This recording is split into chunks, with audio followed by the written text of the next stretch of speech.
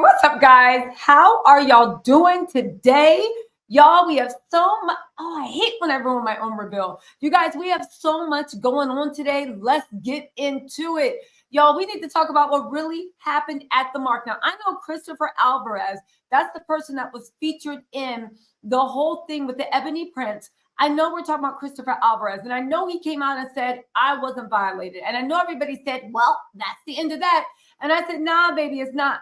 Because I did a little digging. But before we get into that, I'm going to take a minute to gloat. If you guys don't know, the alleged rumored mole, right?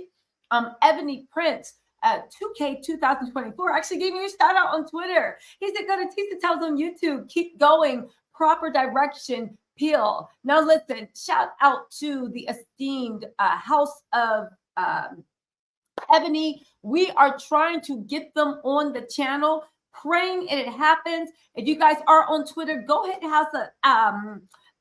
House of Ebony up and give them a little motivation to come on this channel so they can actually come down and let us know what the truth is, right? Nothing salacious. We are doing actual factual for the culture. You know, a collective talking to a Black woman. Come on, you know, let's do it for the culture. All right, so listen, y'all. We need to talk about what is, I know I had to brag, but let me get into my thing now. We really need to talk about what happened to at the mark. We also need to talk about what happened at Akademic's house.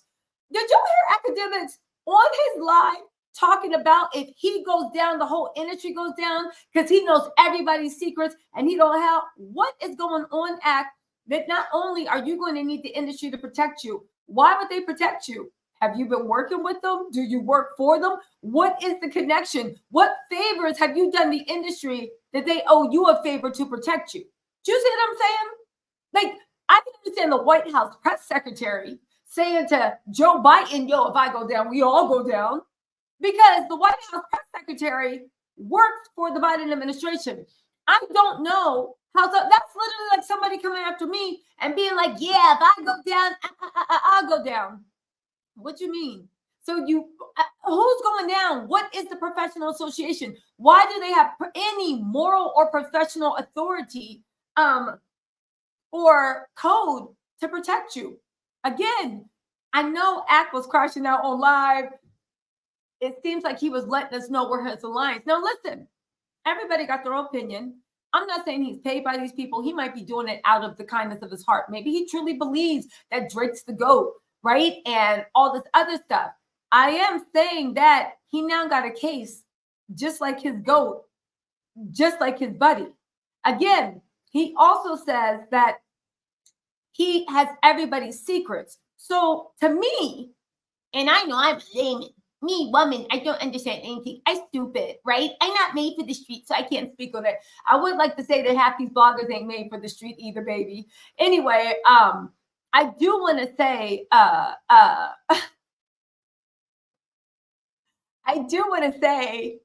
been on old block. Bet you Act hasn't.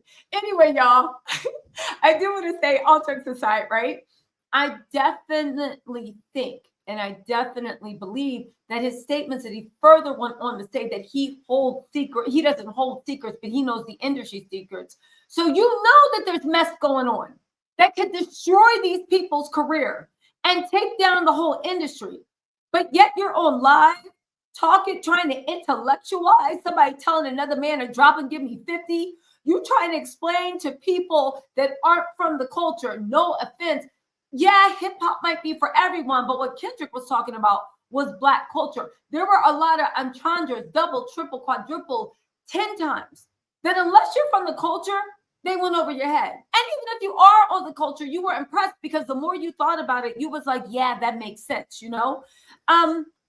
So let me just say this. I'll do academics in a different video, right? Maybe I'll go live right after this to talk about it. But we got to talk about what happened in the Mark Hotel. Because I feel like with the Christopher Alvarez stuff, everybody, including myself, got caught up with whether he was violated or not. Baby, it's 2024. And after the Diddy thing, ain't nobody safe. If you look at the video surveillance picture, it looked like he wasn't conscious in that chair. But, you know, he says he was. Fine. He says he was not violated. Fine. But that still doesn't explain the weird ass things that were happening at the Mark Hotel, the weird things that were happening with Drake Christopher Alvarez, the weird things Drake has going on around him. That has not changed. I don't care how many, what looks to me to be staged break-ins at Drake's house they have to distract the thing. We'll talk about that in a different video too. Like, at this point, unless you got John Wick coming for you, or you got literally soccer, like, unless you got John Wick coming for you, who are these assassins getting into your house that every so often somebody drives by and happens to see things fully staged? Drake, like Kendrick said, the audience is not slow, all right? In any case, let me just say this, all right? And I know I keep saying it. Yeah, let's get into it. I went into a rabbit hole. I did some deep diving. We got into the allegations. We get into who the manager of the Mark is. We're getting into the sites that they promote. We are actually getting into this suite that Drake was staying at. A lot of people are like, oh my God, sweet. And we're thinking it's like the hotel, motel, Holiday Inn. However, it was a $75,000 a night suite, the most expensive and largest in North America. That includes Mexico. And if you've ever been to Mexico City, the CMDX area, yeah, baby, they got presidential palaces. Of course, America, the United States of America, and then Canada. It is literally 12,000 square feet. That is bigger than most people's, forget your apartment, that's bigger than most people's apartment complexes. But I've looked into the seedy underbelly of what goes on in New York, and the fact that a party that I found was going on in New York at the same time Drake was there. Y'all, let's get into this. We're going down the rabbit hole today, all right? Get ready, lock in. Let's go down this rabbit hole. I'll make a separate either live stream or video to talk about the academic stuff because, yeah, ish isn't adding up. Somebody in my comments was like, well, if you lawyers said, you know, this is cheaters, they don't understand why. Okay, but unless you actually represent for a specialty in law, victims of abuse, how would you know? You're just from the outside looking in, right? But then also, and no disrespect to the lawyers, because, you know, it's their profession. I understand their professional opinion, but just hear me out. For people saying, oh, they just came out, and if he settles, if Akademic settle, which he should, it's going to be because it'll save him legal fees. To which I say, this makes no sense at all, right? Because the time to settle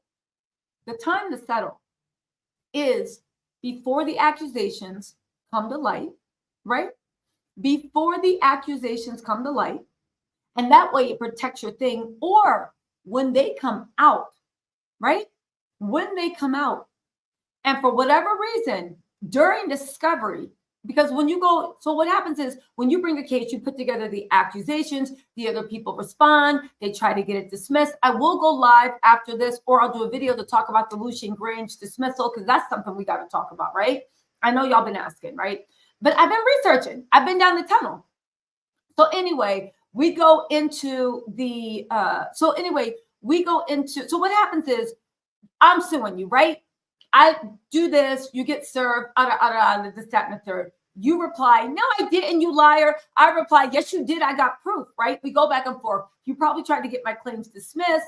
It doesn't happen. What happens? You have a meeting with the judge to set a trial calendar. A trial calendar is a calendar that they have to take, because if not, cases can't be coming into court. As an American citizen, you have a right to a speedy trial.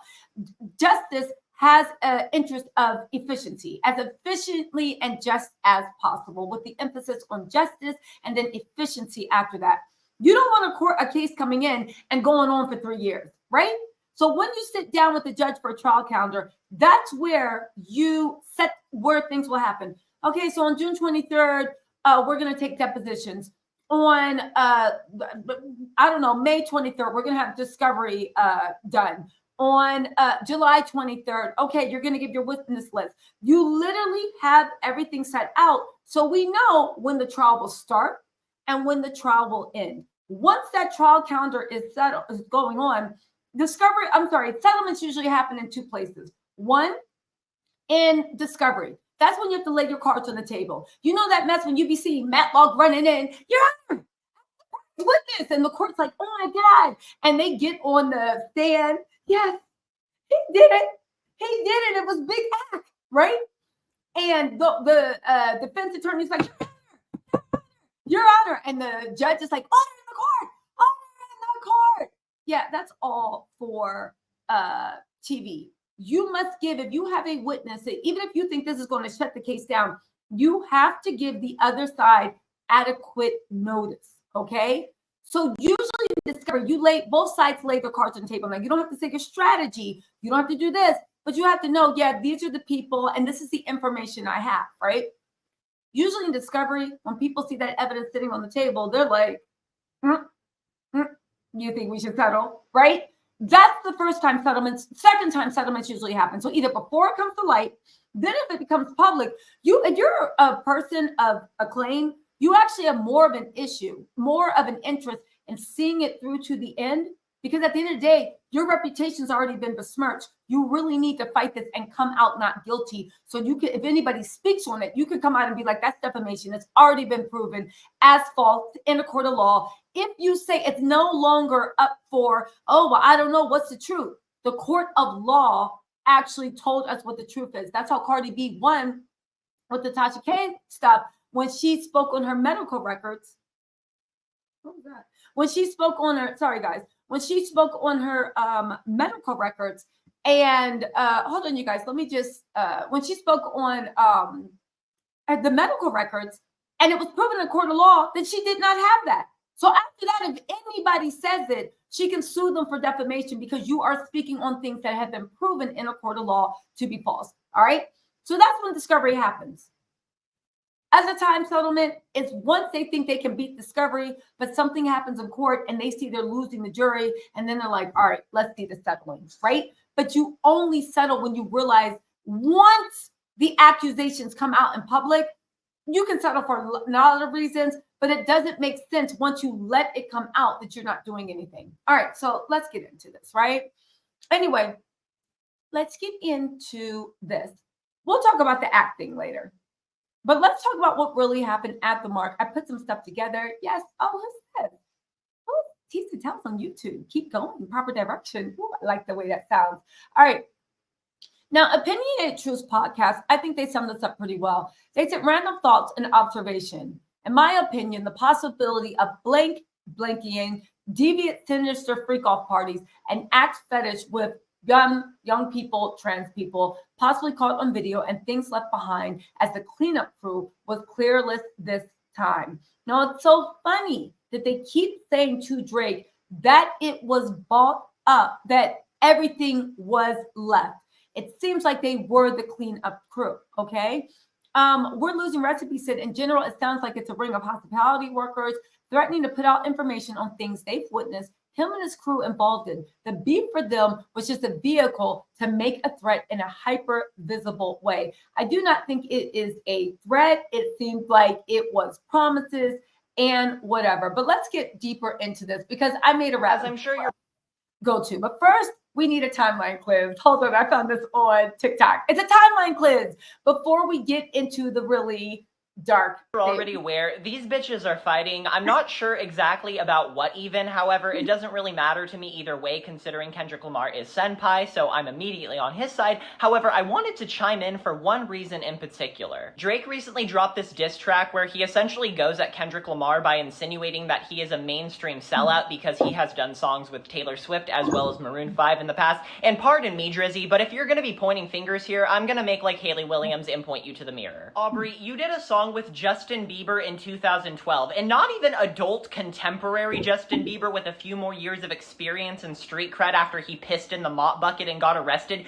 You did a song with Justin Bieber when he was still the same age as the girls you date. Where in the nine hells do you get off telling anybody else how they should be conducting themselves on FM radio? And you want to talk about pandering to Swifties? Sir, I pretended to like your music for a solid 2 months in 2016 because you made this little commercial where you're lip syncing to a Taylor song. And not just any Taylor song. The Taylor song that Kendrick is featured in. You were a part of the same shindig you're clowning him for. And you must have a fuck ton of unlabored audacity to come after Maroon 5 like that, considering you have more in common with Adam Levine than you ever will with Kendrick Lamar. I mean, think about it. You're both kind of douchey middle-aged men who still dress like you're 25 and only date girls half your age. You both make extremely shallow, focused group pop music that's almost exclusively consumed by drunk college students and burnt-out millennials, and you both have proven to have a shocking amount of longevity in an industry that, for all intents and purposes, should have thrown you out about 10 years ago. I mean, the only real difference here is about 3 octaves of vocal range. I really think, if anything, Adam Levine is actually taking the W here, considering She Will Be Loved kind of washes your entire discography. I disagree with that. Watch your tongue, Jimmy Brooks. I don't want to have to come out here again. Anyway, I thought that was really funny. Okay, that's a timeline cleanse. Thanks, you guys. I fixed my mic. So let's get into this, right? Really quick. SS Lit, thank you so much for SSJ Lit. Thank you so much for becoming a member. I also want to give a shout out to Jen X. She said, I think Drake sacrificed X to get into the Illuminati society. Look into their beef and ties to society. I bet there's something there. Now, here's the thing. I don't know nothing about any Illuminati, right? Don't want to put the X on me. I will say this. It is odd that a couple of days before passing, Extension did tweet, if something happens to me, is Drake. And the prosecutors completely looked over that. I don't know. That was weird to me. I'll try to look into that. But it was just weird. Coincidence? I don't know. But it was definitely weird. Also, Zone Fanfic said, Tisa, we got another look at Drake UMG insider Kemp Moyer. He posed external security group and CBC News, the national video on YouTube. It's a camp psy-op. We'll look into that too. Thank you so much, Zone Fanfic. And also, 10 Toes Down said, BGS and the Black Manosphere blocked me. I tried to super chat them. Oh, I don't know who that is, but okay, cool. Baby, you welcome over here. Anyway, here we go. Also, so there is something that said, hey guys, seeing this stuff about Drake doing some acts to a dog floating around. I obviously cannot confirm any of it to be true, and I don't expect it all to be BS in regards of there being a video. But earlier this year, UK rapper Dutch Avelli, brother of Stefflon Don, had some court papers leaked, which confirmed his family to be a part of some blank trade in Dubai. Now, interestingly enough, right, if you don't know who Dutch Avelli is, right, one, and I don't know why we're arguing this, but you know I got to do my research. People keep telling me it's outlawed in Canada. First of all, it really only got codified in 2019. Second of all, for blankuality in animal fighting, this is June 21st, 2019. This is the last update. The Supreme Court of Canada held that Canada's blankuality offenses did not prohibit non-blank acts with animals. So as long as the animals are not penetrated, it's not illegal. Okay? Weird times.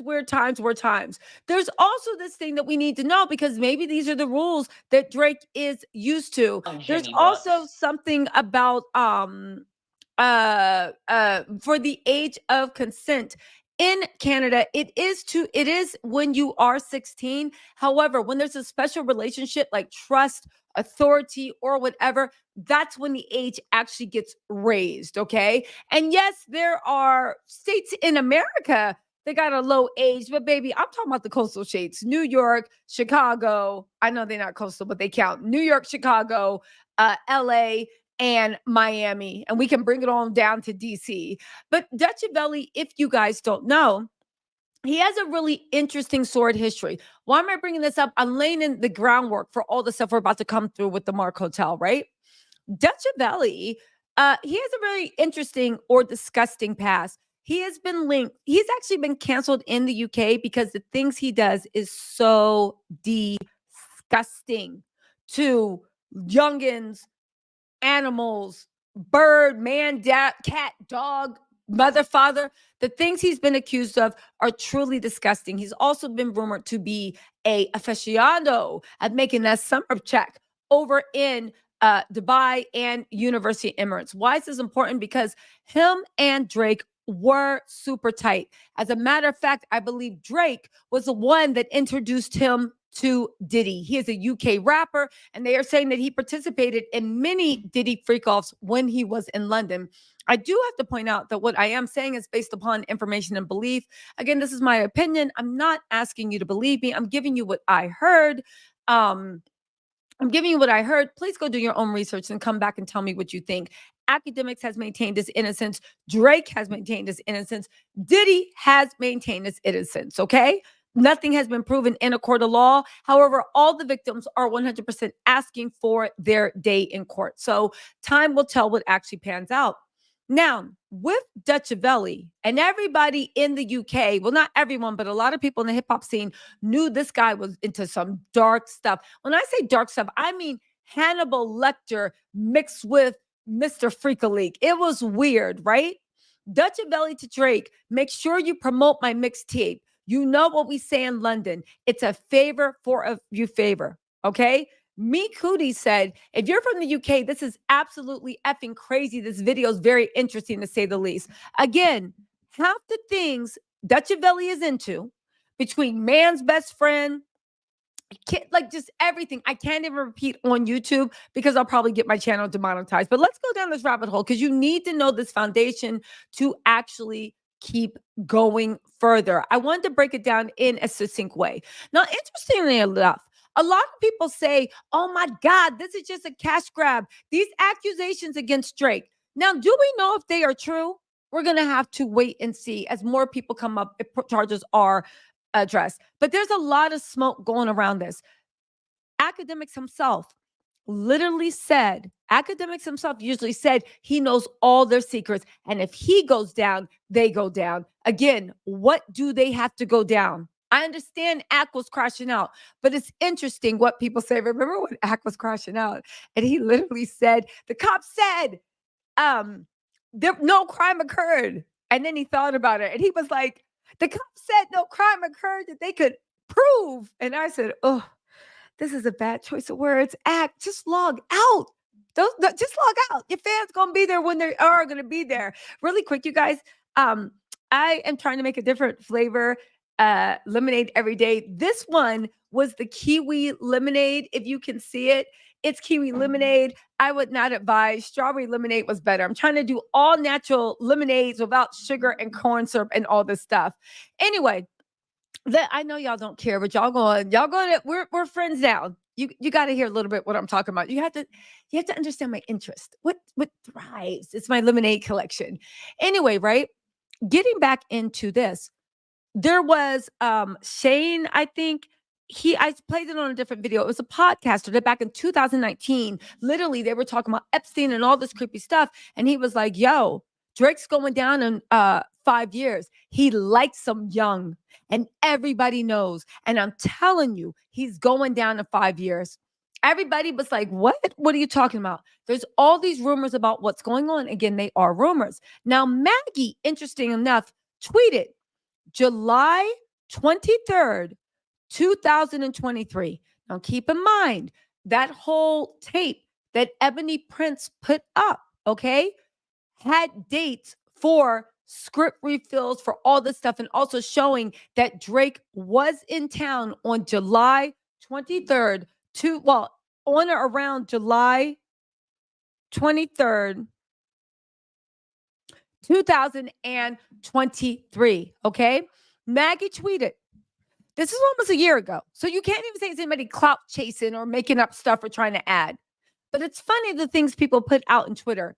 She said, Drake staying at the Mark. Do you think he's having a caviar baked potato at Caspia? Woof, woof, Drakey poo. Now, there are rumors that Drake want to make love in this club. And then you hear, let's not forget that Ack received a video that people are saying was related to Drake. And let's also not forget, he received it while he was live streaming. I have some information about what actually happened in that video, or at least the sound, why it was taken down. Again, Maggie talked about the caviar baked potato at Caspia. Again, they're saying, so anyway, Jappa, the creator, said, God damn, so that's like the code they use for pizza parties. Now, before you say it, why did they say woof, woof, Drakey poo? What would be the point of saying that? Okay. Now, hold on. This is just beginning of the rabbit hole. I got to tell you, like, I'm taking you onto my descent into the solitary mind of a madman. Okay. Again, this is Canada's age of consent laws. There's been a lot of debate about what they are. The age of consent is 16. In some cases, the age of consent is higher. For example, when there is a relationship of trust, authority, or dependency. In other words, a person must be at least 16 years of age. However, an international rap, pop, whatever you want to call them, recording star, I believe could be argued that there is an example of trust, authority, which signifies power or dependency. It would seem in these cases, if he is having these parties at the embassy, the OV-HO parties, which again, I'm going to let you know what the Canadian streets have been saying. A lot of girls, Instagram baddies, it girls, this and that, said, yes, they remember running around the embassy, and they remember it when they was young, running around the embassy. Okay.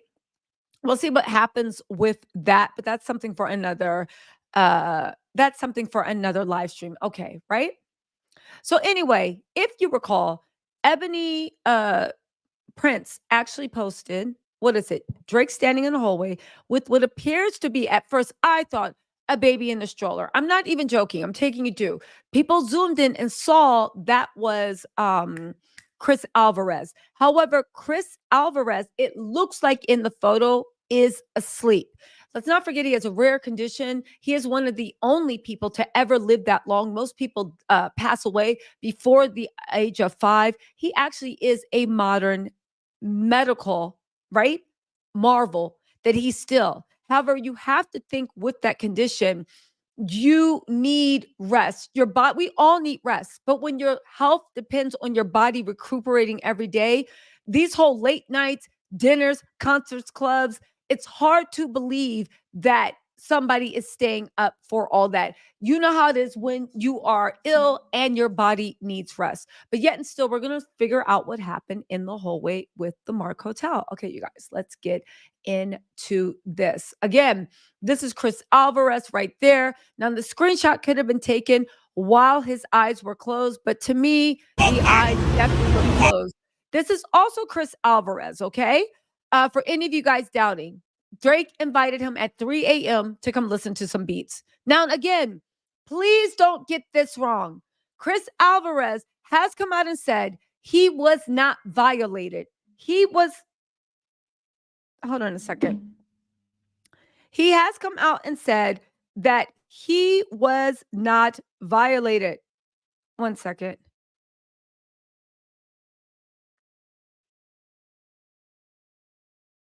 One second. He was not violated at all. So we can stop and put that out. Again, at this point, we were on victim watch. He is not a victim. He was not violated. Whatever happened, if it's consensual and there are grown people in it, it's really none of our business. But you know what is my business? I love that. I appreciate that. Okay. We the best music tonight, put it on basic. DJ Khaled, Ted Joe, feel it right now. I love that. I appreciate. He is literally, the fact that he is still here is a blessing. He is a medical marvel. He is a triumph of the human spirit. Okay. Now, here's the funny thing I want to get into. And this is actually really, really important to say. Okay. He wrote, again, that man in that video wrote this. To me, it sounds like a lawyer got involved. To me, it sounds like somebody helped him with this statement. That's what it sounds like to me. I don't know if there was a payoff. To me, it sounds odd. Now, just hear me out. You're a journalist, right? You are with, at that time, before Kendrick, Murder on the Beat, right? Mustard on the Beat. Hey ho, listen, right? Before that happened, you were the biggest rap star at the moment.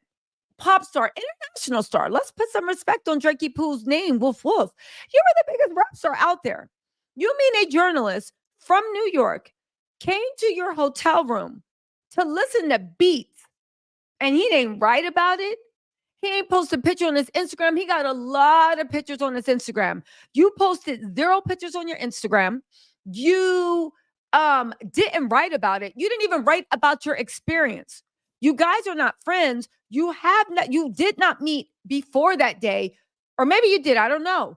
To what I see, you have not met after. You wanted to make your friendship a secret, even though, and I'll be real, usually, just like with not Fat Joe, DJ Khaled, sorry, Fat Joe, with DJ Khaled and all this stuff, when they do stuff like this, even if it's just a fan, which Chris Alvarez says he is, the rappers or the celebrity post on their Instagram or social media something showing the person chilling, right? Something just showing, because again, they do it, but they also want everyone to know. Now, maybe they wanted to keep their friendship secret, but why? Why would you want to? If you guys are so cool that somebody invites you at 3 a.m. and you are a writer, how come you never spoken it? Look at Alvarez's Instagram feed, not the one when he was following a whole bunch of underage schoolgirls, right? No, I'm talking about the Instagram feed with his regular one. Now, again, does this mean anything? No. But here's the thing. When I look into stuff, every fact or everything is just something you hold on to. What does it mean? Well, we're really early into live stream. What does it mean? Could mean something, could be nothing. It definitely is interesting, because when I start making my wall, right, of what the truth is, or the wall of probability, every fact you get, if it makes sense, okay, we put it right here.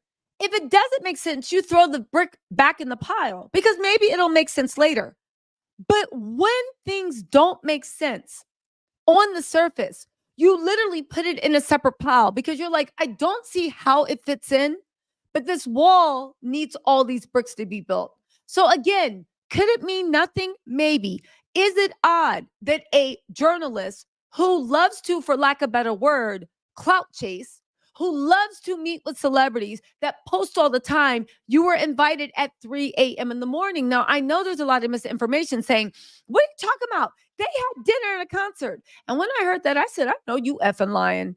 Because no offense, again, he is a modern medical marvel. He is showing God's grace, or the Most High, whatever you think. He is beating all the statistical odds. He has to be here for a reason.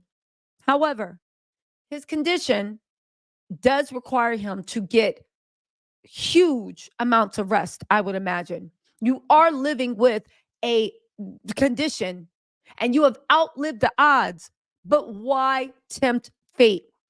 For most people, dinner, concert, and then 3 a.m. mixing the beats, that's a lot. Unless you're young, wild, and free. The fact that he is there without his care worker also, and make no mistake, if you look on his Instagram stories, every event he goes to, every event he's at, he either has a family member or a care worker with them. So when he decided to listen to beats at 3 a.m., I don't know, maybe they were asleep.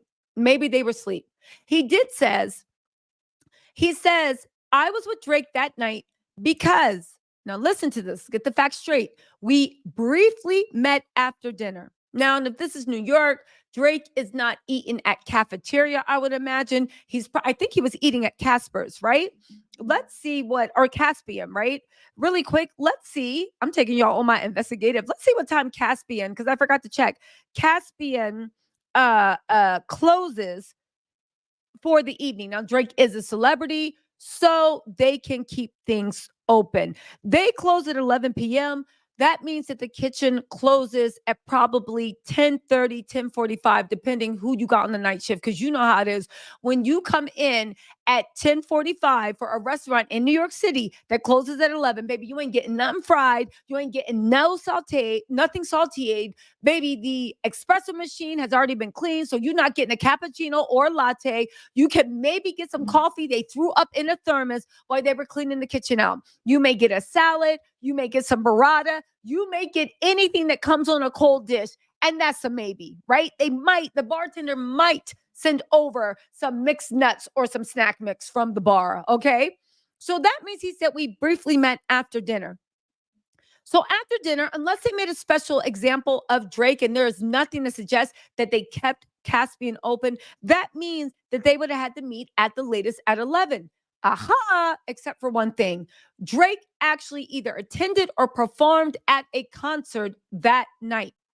So if they're performing at the concert, or attended, that means there's no concert that would have started at 11 p.m. because the concert, I do not believe, was at a nightclub. So let's roll it back. And you guys, I'm being nitpicky because this is going to come in handy later. So we have to be nitpicky. Just let me cook on this. Follow me down the rabbit hole, okay?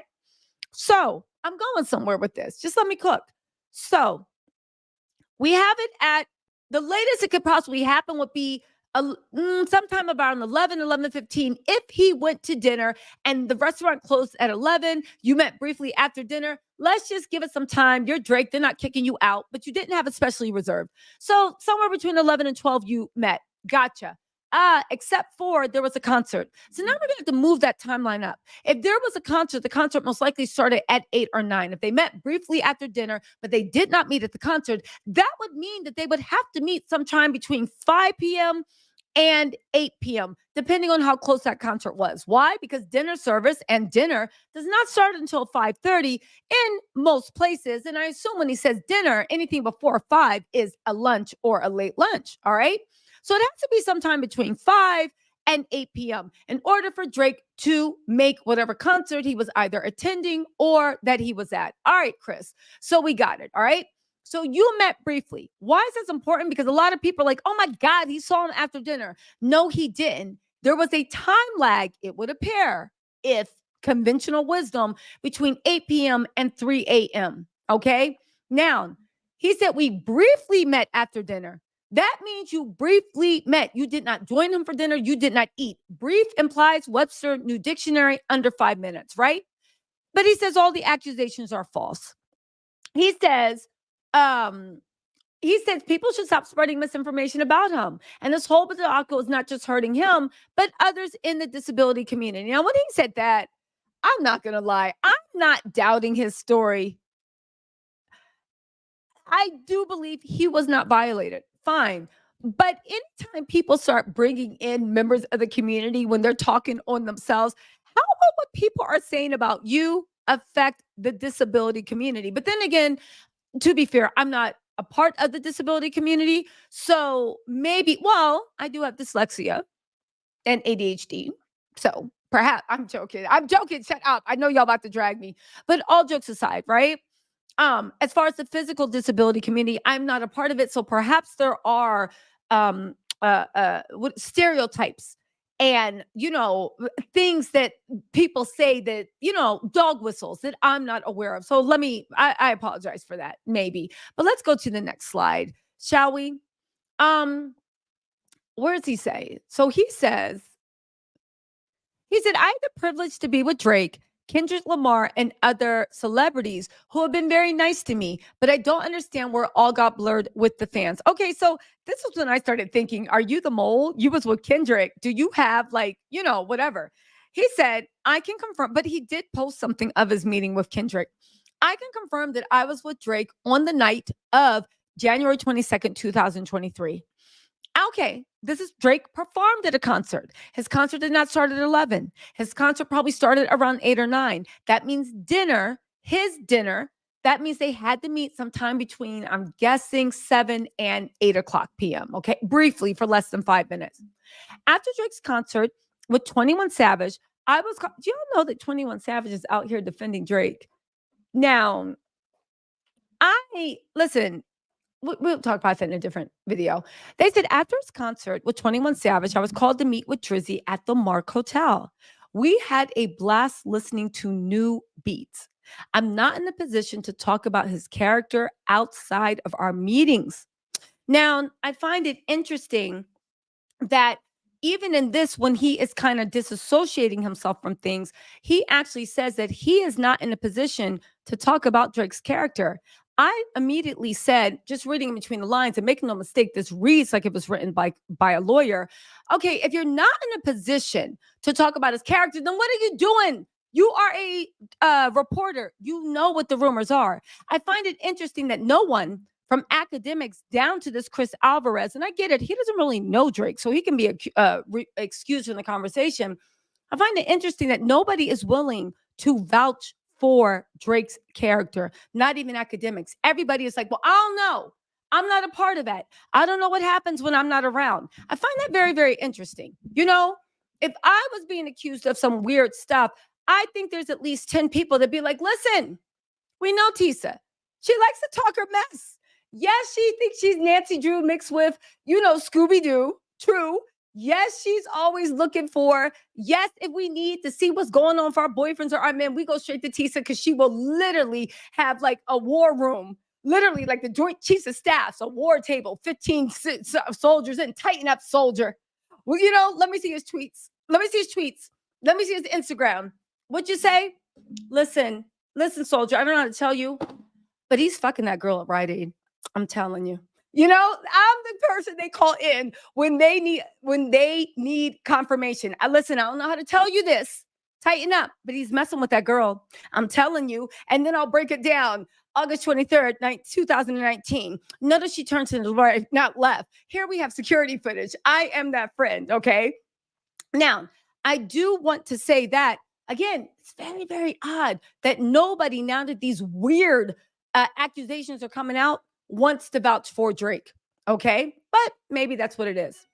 We had a blast listening to new beats. Now, again, I don't know what they were doing in that hotel room. I was not there. I'm not saying he is lying. I'm saying that as a woman, right? And I'm not... if you're woman or man, whatever you're into, right? He, she, they, them, whatever your preference is, right? Literally is caught at 3 a.m. going into somebody's hotel room. And you ask them, what the F were you doing there? And they say, what? We was listening to beats. Okay, I guess, right? Now, he says, I am not in a position to talk about his character outside of our meetings. That was a very carefully worded sentence, very legal. But I can say I was not violated in any way. I said, all right, I'm glad to hear that. However, it does not take away from the overall story. What were you doing? And if you weren't a victim, what actually occurred? Because Ebony Prince is alleging that something occurred. But here's the thing. It's not just Ebony Prince. If you go on a deep dive through Twitter, people a year ago were alleging that some weird stuff was happening. And that's what we're going to get into the bottom of. You guys, we are just in the beginning. Hit that like button too. You guys know I'm trying to grow this year. If I can get to 500,000 subscribers, I swear to God, I will upgrade my equipment. I know you guys are always dragging me. Shut up. This is what we doing and when I get to 500,000, I'll do a reveal and I'll have some crisp imagery for y'all to zoom in on. Okay. All right.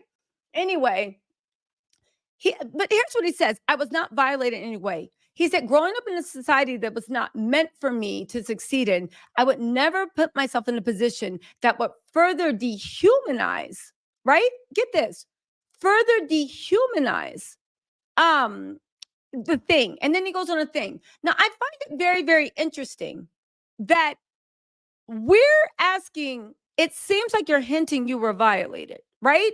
We were wrong. However, what does being violated have to do with being dehumanized? I thought that was an interesting logical jump, right? Okay, fine, right? So anyway, then he goes on to talk about the statistics for SA in his communities. It's very horrible stuff. If you guys don't know, it's a real thing. We'll talk about that in a different video, but some very startling things. However, my spidey sense started tingling because anytime somebody asks you a question, it's like you asking me, Tisa, were you at my man's hotel room at 3 a.m.? The answer to that will always be no, right? But let's just play make-believe. Were you at my man? What were you doing at my man's hotel room at 3 a.m. in the morning? And then being like, listen, nothing. I was not violated. And also, the stats for Black women, we die at an exorbitantly high rate in the hospital. We are, when we are SA'd, we are the least believed. Yes, all these stats are true. But wouldn't you be looking at me like, what? Okay. Again, that legal thing is where you say something that doesn't quite add up to me, right? And then you put something behind it so that you all have to be like, oh, okay, so, all right. You know what I'm saying? It's like asking, where were you last Thursday? And they're like, what are you talking about? I've been going to chemo for 3 weeks. And I'm not making light of anybody that's going through cancer or chemo. But do you see, it's like, but I asked you why you came home, why you were at somebody's hotel room at 3 a.m. Why are you talking about chemotherapy things? But you have to shut up because out of respect, you're just like, whatever, right? Out of respect, that's what you got to be like, whatever. I can't say anything about this. Now, here's where things got a little weird because even though he said this, right? He skipped over the main thing. Because if you've been paying attention, this whole legal statement to me is like hide the ball, right? Let's see where we can hide the ball, hide the ball, hide the ball. We talk about disability, we talk about SA, we talk about this, we talk about that. But did you ever address why there were 2 employees fired? And did you ever address why the police were called? Because there was an individual that said they were assaulted. Now, here's the thing we do know as we read these statements of addressing, which is the things I was thinking. So, okay, gotcha. Disability. I said, yeah, I know that's sad, but okay, cool. What about the police report? Because there is a police report and there's an incident report too. What about all that? Right? And here's the thing. You said that it was you, Drake's crew, and Drake, and y'all was listening to beats.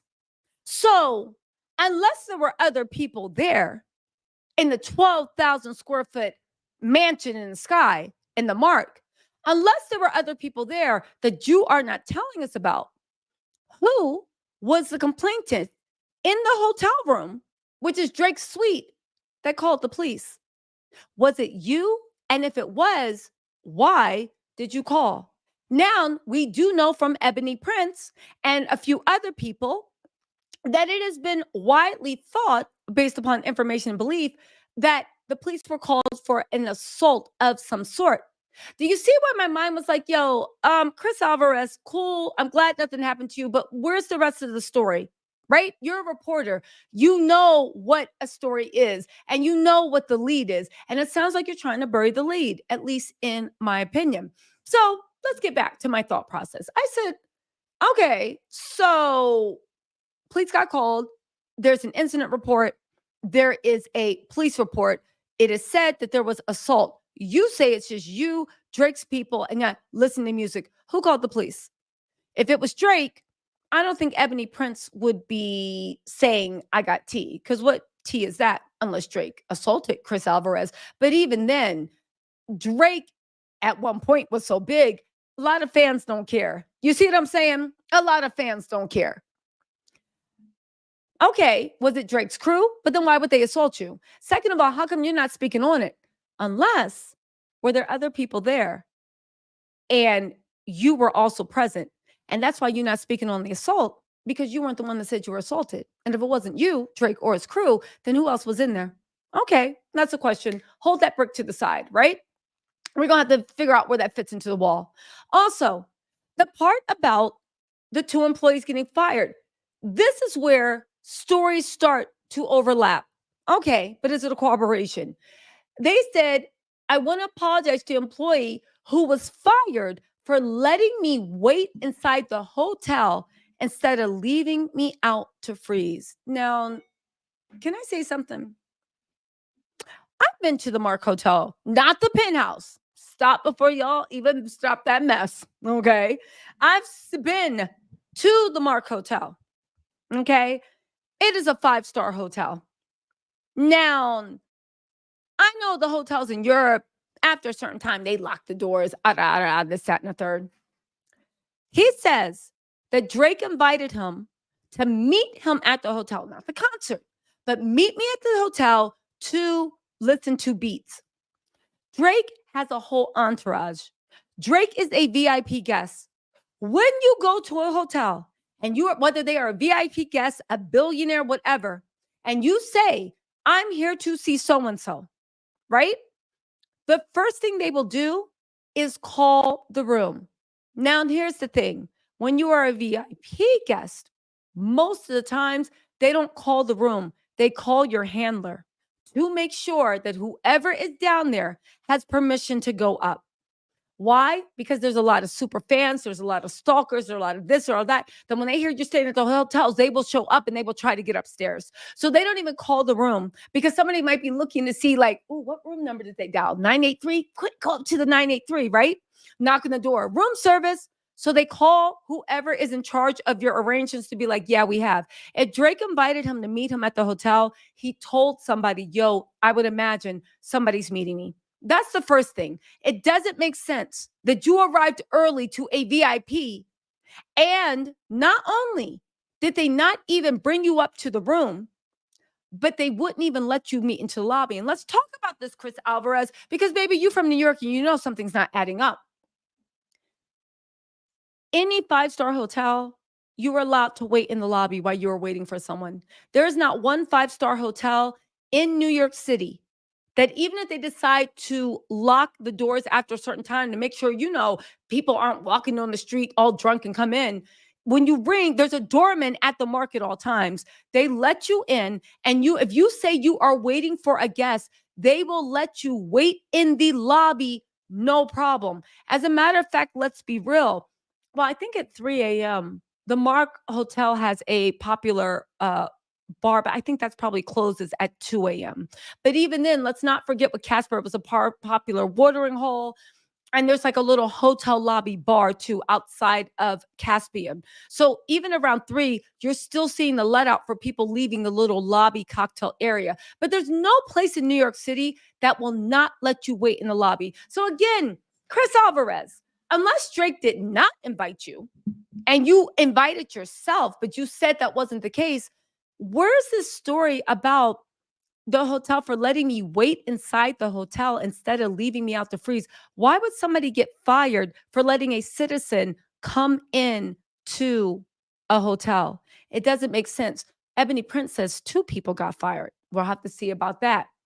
He says, I believe this is true and I feel bad. Again, for you now remember a situation where a hotel staff let you come in, this and that, and now you believe this is true and you feel bad. Again, what happened? That doesn't add up. You believe that because you went into a lobby of the hotel, because what you are describing is an ADA lawsuit, them discriminating against you for not offering the same services to a handicapped person as they do to a regular citizen. Do you see what I'm saying? That just walks in off the street. You were a VIP guest. It still doesn't work. He says, I feel bad. So you know somebody was fired. Okay, keep that in mind. I feel sorry for him and his family. Good people doing good things out of the kindness of the heart should not be condemned. Okay. And the Mark Hotel should reassess who they put at the top of the chain. I assume they are talking about Miss Viola. The Brooklyn Eagle has reached out to the Mark Hotel, blah, blah, blah, blah, blah, blah, blah. Lastly, I've been getting a lot of spam phone calls, text, emails saying that you're the snitch in this beef. I guess that would be Drake's fans. And he accepted hush money. He's saying neither was true. Oh, this is the best part. Hold on. Let me not let this go. He also wrote, right? He also wrote, which I thought was interesting. This is interesting, right? Because when you look at people onto whether to believe them or not, I kind of give you like 3 strikes and you're out. And I'm not, I listen, Chris Alvarez says he wasn't violated. I believe that. That's not what I'm trying to prove. But look at this, right? He says that I accepted hush money from Drake and that I was somehow in on the plan because I follow underage high school girls. He said, first of all, I don't. I said, okay, Mr. Alvarez, a little weird, but sure, whatever you say. I do want to point out that his closing argument in that, which is weird, and he doesn't do that, seemed to be very, very odd to me, because the next thing was a footnote to his article that his employer put in at the end. Going forward, in light of the recent hate speech incidents against Christopher and for his safety, they want CA's publicity team. He has a publicity team, I guess. Maybe he's a celebrity in his own right. Has advised him to unfollow all minors. This mofo just said he doesn't, and they're putting a footnote for their legal liability. His employer saying, we've spoken to his publicity team, so he has PR, and they've advised him to unfollow all minors. So great, you're a modern miracle. Great this, great that. But you're also unfollowing minors. Why is that? Please don't take this personally. We are just trying to protect him and his family and ensure he can keep delivering the impact journalism that really matters to him and his readers. So his job had to tell him to unfollow minors. Now, of course, they are saying that he had two accounts. One was his business and one was his another account where he was following pretty much a lot of high school and minor girls. Now, kudos for him to being a modern miracle, but at the end of the day, you are old enough and smart enough. You wrote this or somebody helped you, a lawyer helped you write it to know what you can and cannot be doing. It's weird. And now it explains all the weird messages he was getting, because even though he says, first of all, I don't, they're just saying we have advised them to unfollow. And please don't take this personally. That is them going easy on him.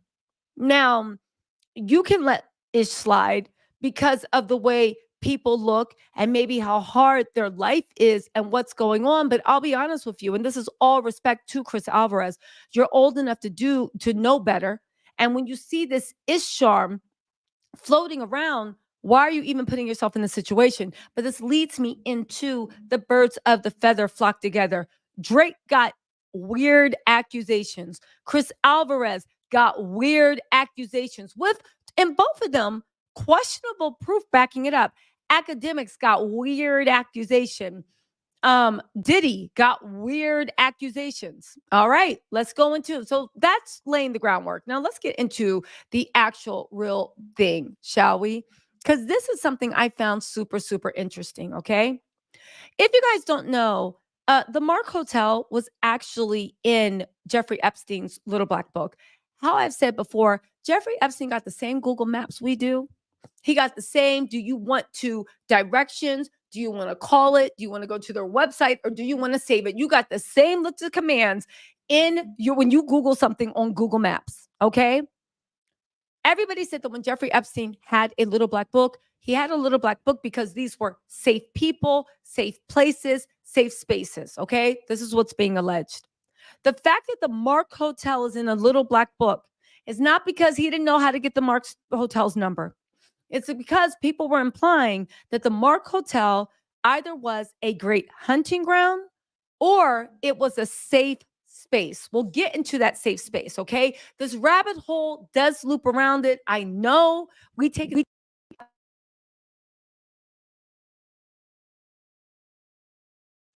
my mic just got unplugged. I know we're taking the long path around, but you got to take the long path around to understand what's going on.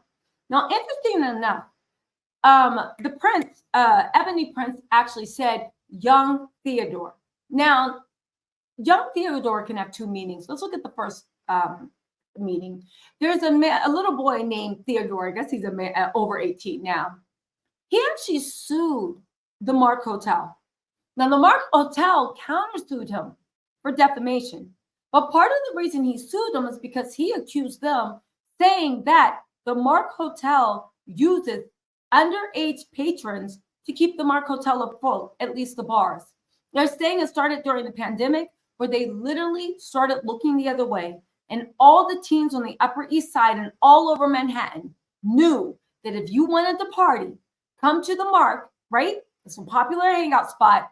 They do not card. They will serve. You can drink and do whatever. Now, the Mark Hotel did hit back with slander and defamation, saying, how dare you? We would never. Why did he sue? Because he said, y'all let everybody else drink. How come you're picking on me and discriminating? They said it's because you're too young. He said, yeah, but they're not too young. This went back and forth, right? Theodore Weintraub claims he's an underage whistleblower. Now, just follow me on this. Epstein's List, Mark Hotel, why is it in? Is it a hunting ground or is it a safe space? Because why else would you have things in a little black book? Okay, I'm being serious. If you look at it that way, if the Mark Hotel was looking for pretty little things, right?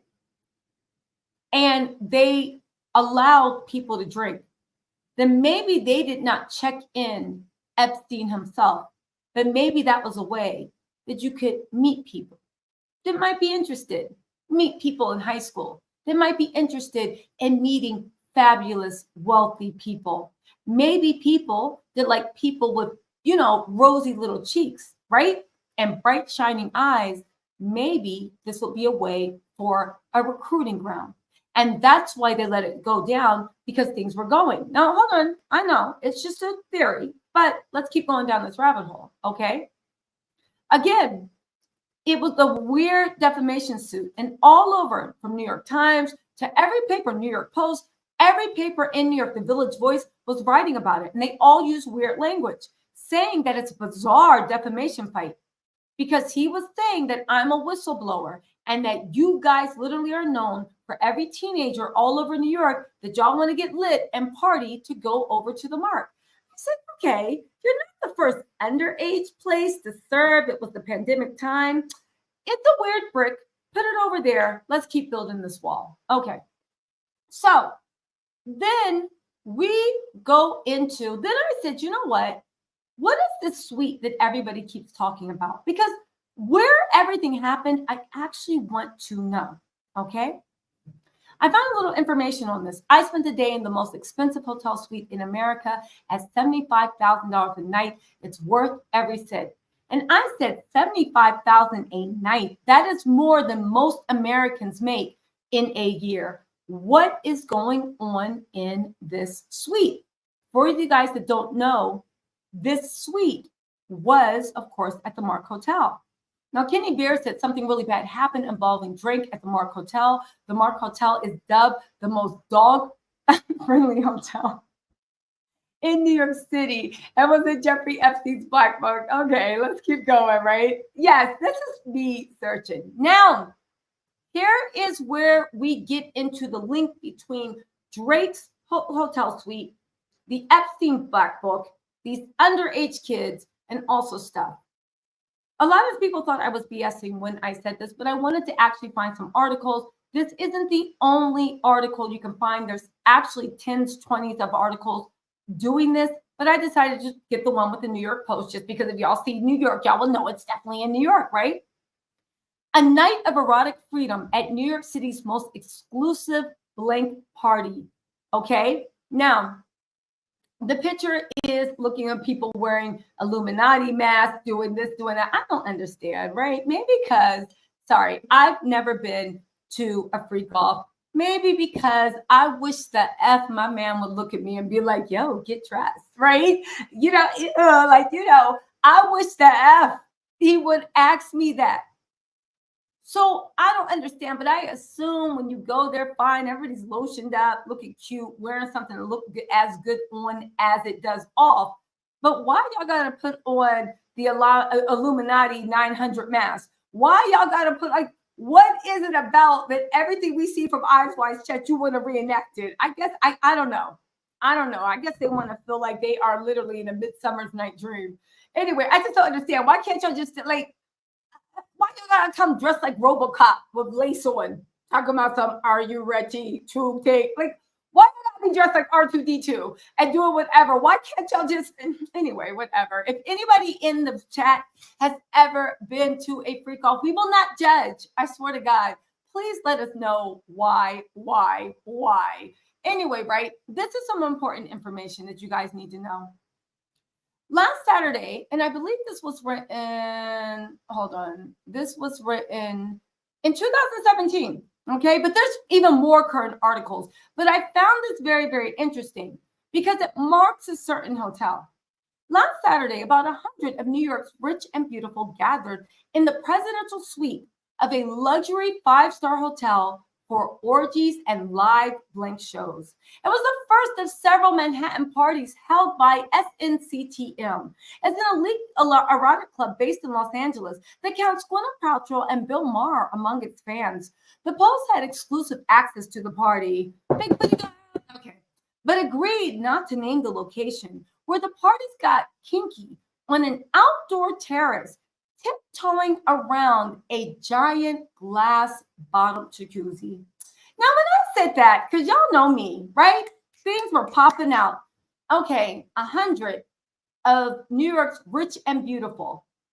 Okay, so clearly you not renting out the conference room at Ramada Inn. Okay. Vice has done stories about this. This is something from 2017, but even now there's stories from 2024. But they all had the same vein. And I wanted to show you one because it was the New York Post. So I knew y'all would, be like, get into this tea. So I said 100 people. All right, so where's this place happening? 100 people, you need a lot of room. They're rich and famous, so they're not going to be together like sardines. Also, when I actually Googled images of it, it was on some eyes wide shut. They weren't all cracked in like sardines. There needs to be a food station. There needs to be, the girl naked people eating sushi off her. There needs to be this. They need to have rooms. They need to have how you walk through and like those weird, when you walk through and like those weird shows for eyes wide shut, and you walk through and it's always somebody that's like smoking a cigarette, darling, are you here? Right? One person is jaded, and there's another person wide-eyed, like, golly gee, what's going on here? I've never been to a party like this in Minnesota. And then there's music playing in the background. Right? You know that little music. Right?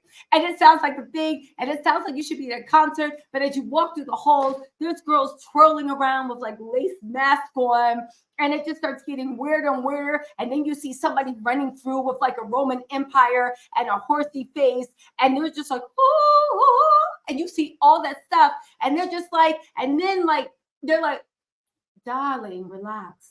Nothing will leave here. And then there's like usually two girls that surround them and start like caressing their head. And before they know it, they're in with the Illuminati. Those are the type of scenes. And every time they turn, there's like different stations of like, debauchery, Sodom and Gomorrah is going on, right? That's the type of thing that actually happens at these clubs, right? So I was thinking, okay, so we're going to need a lot of space because there's going to have to be different stations, right? The white fingernail station, there's going to have to be different rooms. It's going to have to be some Sodom and Gomorrah mess. All right. And the rich in it needs to be swanky and high end. But then, and this was very important, right? It's an elite erotic club. Okay. SNCTM, I believe membership is between 80 and 150,000 a year. Okay. So off the bat, my cheap ass. Check. First of all, no. Second of all, 80,000 a year. Oh, if you don't get that F on my face, you want me to pay for this? No. It was already no from the beginning, but hell no now. So, right? Again, they had exclusive access to the party, but this hotel is 5-star. It is the presidential suite. On top of that, they had an outdoor terrace. Now, this outdoor terrace has to be big, and it needs to have a glass bottom jacuzzi. Now, interesting enough, I found another article, but of course, I didn't put it in, but y'all can Google it. There's other articles about a 5-star hotel that is the preferred meeting place, and it is on Park Avenue. Now, I don't know if y'all know anything, but as far as Park Avenue, there's actually not that many 5-star hotels on Park Avenue. They're actually either on the street, Madison, or what's after Park? I want to say Fifth Ave, right? They're in that area. Now, why did I do this Google Map thing? Because I'm the fuck petty, but also because if you look very, very closely, the Mark Hotel is right off of Park Avenue. You are a block over to Park Avenue. The Mark Hotel is considered a Park Avenue hotel for people that live and work in New York City. It is also a block over from Park Avenue. What's more, the Mark Hotel is a 5-star hotel. What's more, The Mark Hotel has a very spacious presidential suite. It is basically 12,000 square feet. What's more, the Mark Hotel has a very good policy on keeping things quiet. Like most places that host rich people, celebrities, and just rich, you gotta be quiet. Can't let what's going on happen. Baby, you pay for discreetness, okay? Whether it's because you don't want people in your business or whether because you need people out of your business. On top of that, let's look at what was needed for these parties. They needed a generous outdoor terrace and they needed a glass bottom jacuzzi. Again, Park Avenue, it is a Park Avenue hotel, right?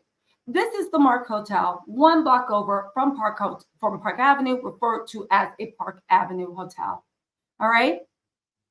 Get this about the VIP suite.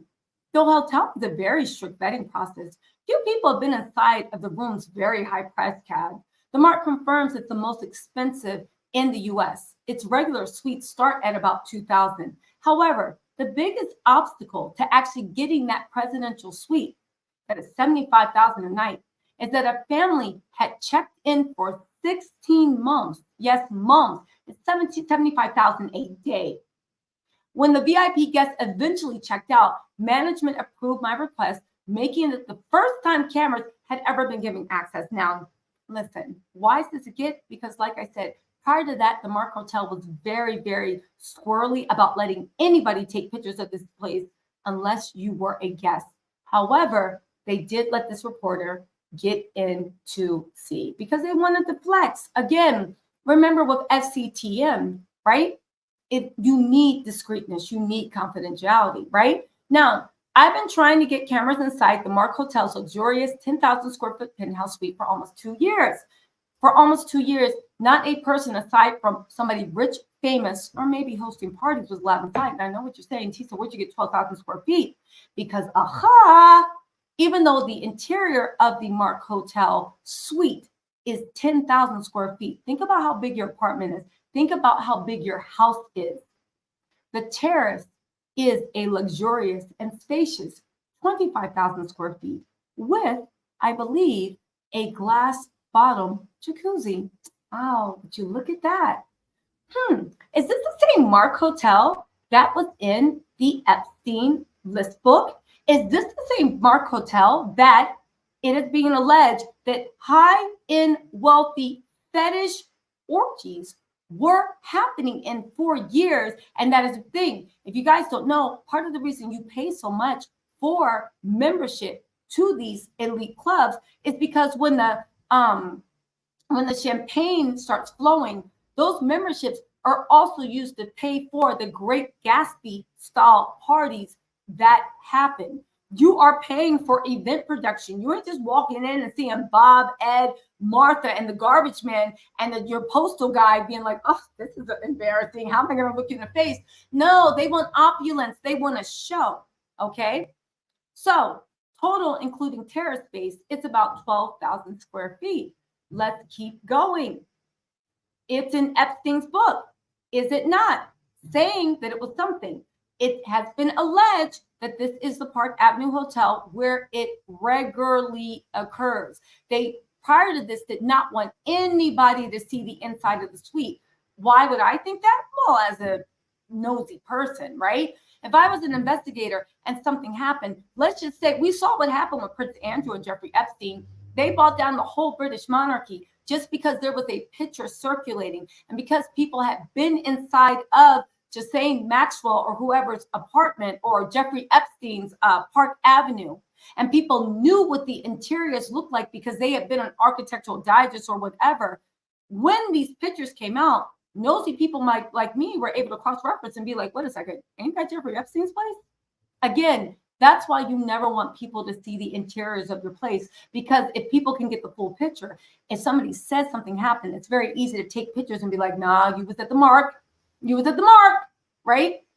Again, why would that matter to normal people? I don't know. But when you are doing things that require discretion, well, discretion is required. Okay, so let's get into this. I got more information, but we getting down this rabbit hole. Again, right? The outdoor space is 25,000 square feet. The median size of a new single family home sold in the US in 2017 was 24,000 feet, according to the Census Bureau. In fact, the outdoor space is bigger than the house I grew up in and has much better views of Central Park, which is less than a block away. Again, let's also not forget that Jeffrey Epstein had a huge mansion, a huge row house mansion. If you've never been into those homes off of Central Park, baby, they are not cut up into apartments. They are mansions, okay? Why, if you have basically a mansion, 12, 13 bedrooms by Central Park, why would you need the mark? Questions that need to be asked. Again, Drake, what were you hosting? Chris Alvarez, what happened? Most importantly, and this goes back to, and hopefully if he gets on this channel or the House of Ebony sends somebody on this channel, hopefully they can answer those questions, because in those parties, and if you guys go to YouTube, Vice actually has a show. Just put in New York City hotel blank parties.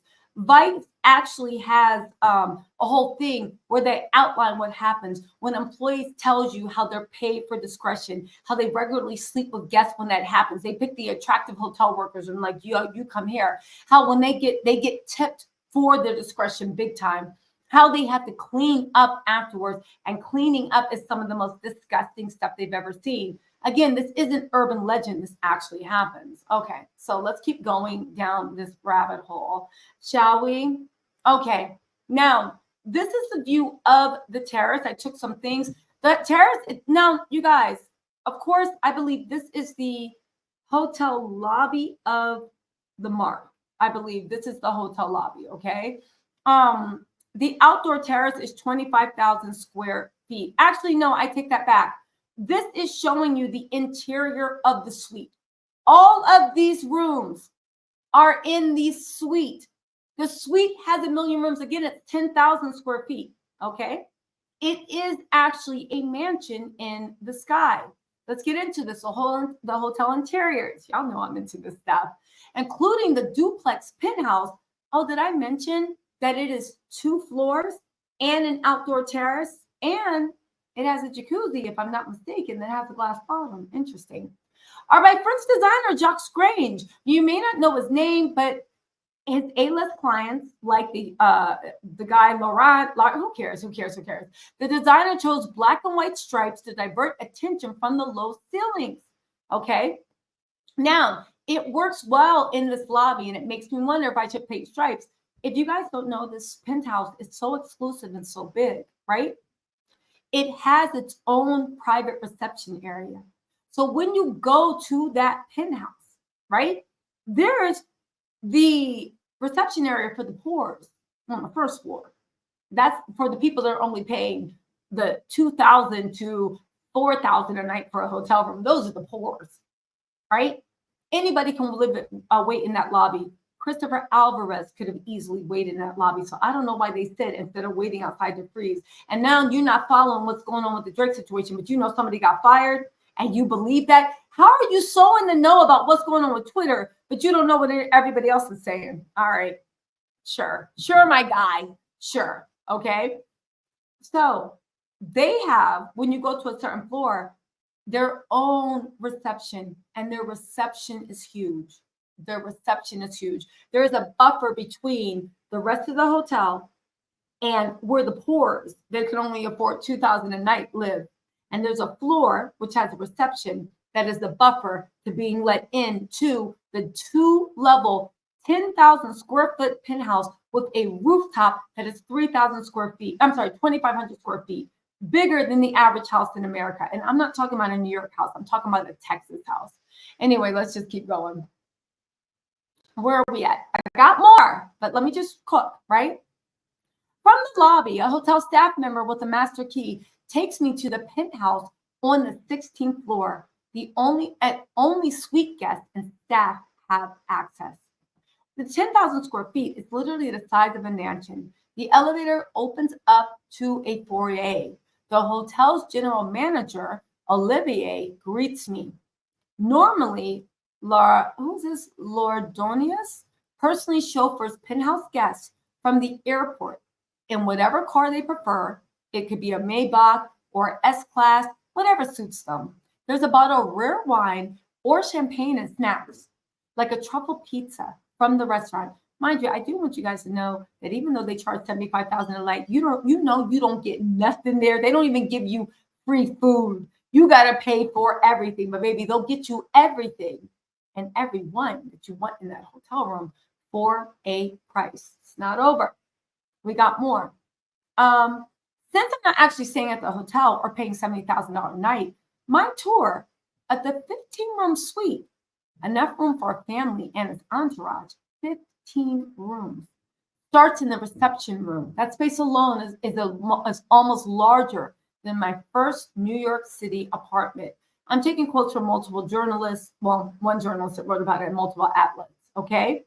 Now, every picture you see now is a different room in the hotel suite. This is one of the living rooms, right? This is going to the top. Look at this hotel suite. It's bi-level. This is just one of the many rooms. When I say this place is huge, this place is huge. You see right there the stairs in the right-hand corner to go up to the second floor. The first floor, I believe, is all living quarters. The second floor are all bedrooms. The third floor is actually a rooftop deck. I don't think you count the rooftop deck as a floor, but you get my point. The furniture at will can be completely cleared out and put in the storage areas in the downtown hotel. In the down of the bottom of the hotel, they aim to please, okay? This suite goes on and on and on and on.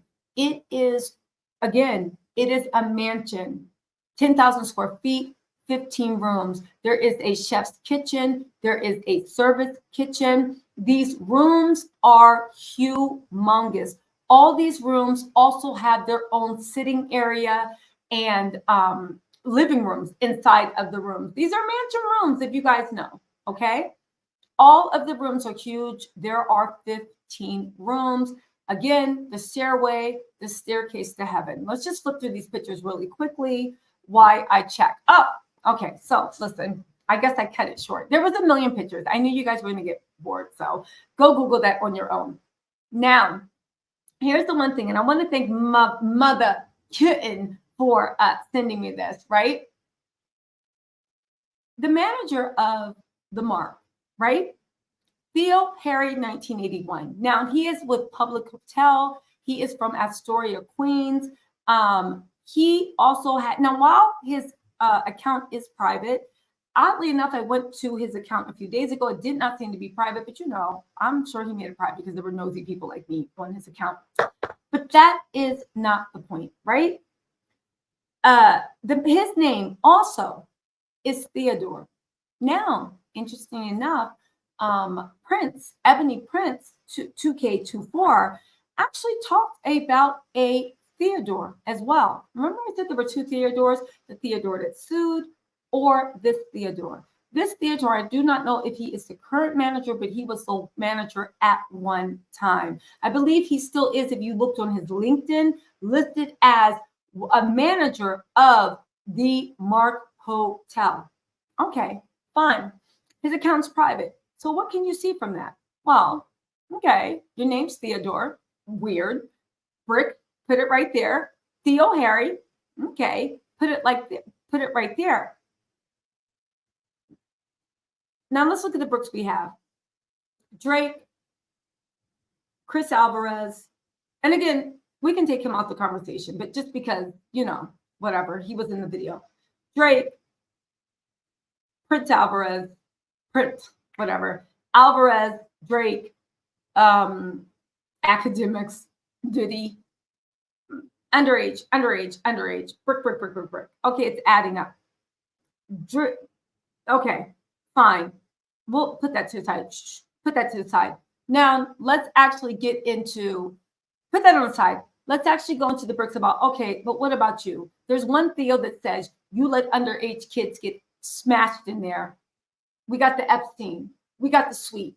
We got the New York parties. We got the fact that there's a 5-star Park Avenue hotel that has a jacuzzi with a glass bottom. They have a huge outdoor space. It needs to be able to hold 100 people and kind of have that wide. Okay, Mark hits ping, ping, ping, little black book. Okay, maybe, I don't know if they're connected, but weird. Let's keep going. So let's see who was running the place and what they are into. The account's private. Okay, that's weird. So you know what I did? I started clicking every button that would click, because you never know. When you pull on strings, you might find something. And pull on strings, I actually did. Will you look at this? I went to his link for Greek.com. It said Greece travel economy history. I said, I guess Theodora. Okay, he had a Greek surname. I guess he's repping his set, right? Learn about the history and culture of ancient and modern Greece. I said, okay, Greek.com, I guess. So, right? So I did all that. And then, oh, shout out to Jeffrey Bumpkin, said, doing the Lord's work. Bless up. Thank you. Thank you, Jeffrey, if you're watching right now, right? So I went there and then I started clicking. I said, okay, Greek.com. This seems boring, but you never know. You know me. You start pulling on every string. If it's nothing, you can just flip through. So I started saying, what is this place about? What I just want to know what's in his head, what he's into. Maybe he's the father of the world doing the Lord's work. So I started clicking on the menus. I started clicking on the menus. And when you click on the menus for Greek.com, the site that is in his link, he is the manager of, on his LinkedIn, not just the Mark, but a bunch of hotels. He's deep into this, but let's focus on the Mark. You click on one. This is a Greek.com. This is about to be about history, this, that, again, right? But you click 5 best international dating, meet charming females, Greek dating, totally free, no payments, the 10 best dating apps. Okay, what? Right? I went back in there. High quality members, trusted elite dating, local singles, are you 50 plus and single, meet single dating. There's all these links for dating sites, but weird dating sites, right? And I'm like, huh? So I kept on clicking. Right now, some of these, God damn it, I hate when I ruin my own reveal. Hold on, y'all. Okay, here we are. I started clicking, right? Greek dating, Greek hotels. Why? If you are doing something for the thing and you're advertising Greek.com, and this is about heritage, culture, this and that, why do you even have a drop down for dating? And that's when I said, let me find out. And we went on. We went down this rabbit hole. This is weird. Greek dating. What are you? It was just weird. Even the links are super, super cheesy, right? Super, super cheesy. So we went back in. Again, the Greek dating on and on and on. You go into all this stuff. There's all, oh, sorry. I went into other stuff. I started clicking on the links, right? Flirt for date.com. 1,000 women can't be wrong. What does this have to do with Greek? What does that have to do with anything? Now, when you do click on these things, right? You can send an email. You can send, you have to sign a disclaimer. You can send emails. You can request stuff. Again, I started thinking, this is weird. All the other stuff was just like stupid run of the mill. The dating stuff was weird. Have you ever seen a dating drop down for a program that thinks to be like, oh, find out Greek about food, tourism, this, that, even on travel sites? Have you ever seen such a thing? And have you ever seen when you go to the drop down menu, now out of respect for the women, because I don't know what's going on, it also clicks onto a lot of links where you see it takes you to girls' Instagram pages where they are pretty young things. And all their Instagram pages are them basically looking like they are advertising, looking like high-end people that will spend time with you for money. Again, it was very, very odd. Okay. Sorry, that's me taking screenshots because I had to show. More importantly, right? We go into the culture and whatever. Anyway, I kept going into this. There is Lucky Dating, leading international dating sites. The thing is, it was for looking for Ukrainian, Russian, or Asian girls. When you visit the sites, all the sites actually take, hold on.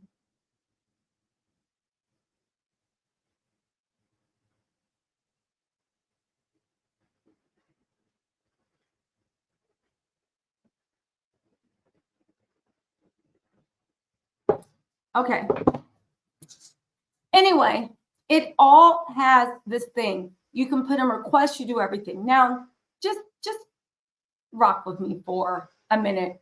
The weirdness just kept going on and on and on and on. Again, all these sites looked really, really sketchy, but the thing that made them more sketchy is when you clicked on them, they actually took you to request emails, whatnot. These weren't like OkCupid or something like that where you sign up and then no. This seemed like this is a request that if you wanted to request a flavor of the month, you could find the flavor you were looking for. Okay. Let me just keep getting out of here because I have other stuff I want to discuss. So where are we at? With the Ebony Prince, there was this thing about the Wall Street Journal for, I think it was May 15, 2023. I don't know why, but I believe that they kept showing that. I believe that May 15th was a date that Drake was supposed to perform a show with 21 Savage. I don't think if that ever, I don't know. I stopped there because I actually, when I heard Ebony Prince might be wanting to come on, I said, you know what? We will wait until Ebony Prince is on the record. So let's talk about this. And I really actually want to know. Epstein, Black Book, Mark Hotel, Eyes Wide Shut type of parties, right? Eyes Wide Shut type of parties, rumored underage, wealthy elite, Mark Hotel, the big enough to fit. It seems like the hotel that's been described in all these articles. Epstein had it for a reason. They said they never hosted Epstein as a guest, but if you watch the Vice thing, the wealthy individuals don't book in their name. They usually book under a corporation name because that's where they have the parties. I invite you to go look at it, or just if you're into articles, just Google it.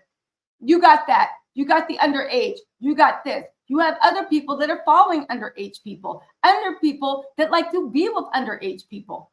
Okay, fine. Then you have the manager that when you click on the site, Greek.com, which is a link in his bio, which is supposed to be about Greek heritage, culture, almost like it's like for Greeks, by Greeks, to support Greek, and like basically act like you are the Ministry of Culture. It all links to sites that look like, and when I, because I contacted them, but I couldn't go too far because ain't no way I can explain to my man why I got escort agencies calling me. I'm following this rabbit hole and I'm doing all this. It's just not going to work. It's not going to work. It's not going to work. We out to dinner. Hello. Oh, yes, I did request. Yes, I requested the Igor and Olga special because they said it was Russian, Asian, Ukrainian. The Igor and the Olga special. Yes, I requested that. Yeah, 1 second. How much would it be? How much? For how many hours? And are they open to all possibilities? Are they with, as Kendrick said, the OVO, the other vaginal option? They are. Okay. Yes. What can they be available? I could just see him eating dinner like, once again, you went too far. So again, I did not actually try to reserve anyone because I think that's illegal anyway. I didn't want to, right? But at the end of the day, it looks like a manager of a high-end hotel has a link to a site. This is my opinion. I could be wrong. On its face, looks like a travel site or something to learn about Greek culture because he is Greek.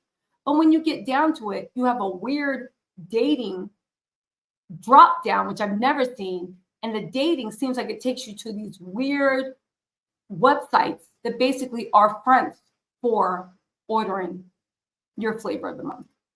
Escorts, if you will. And this is what's happening at the Mark Hotel.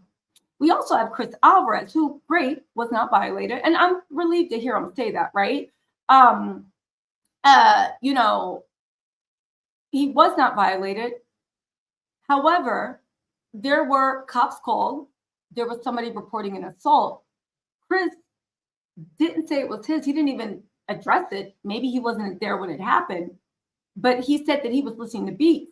Now, he did not tell us where he was leaving. His care worker wasn't there. So I guess there's like no witnesses. So fine, you were listening to beats. I don't care.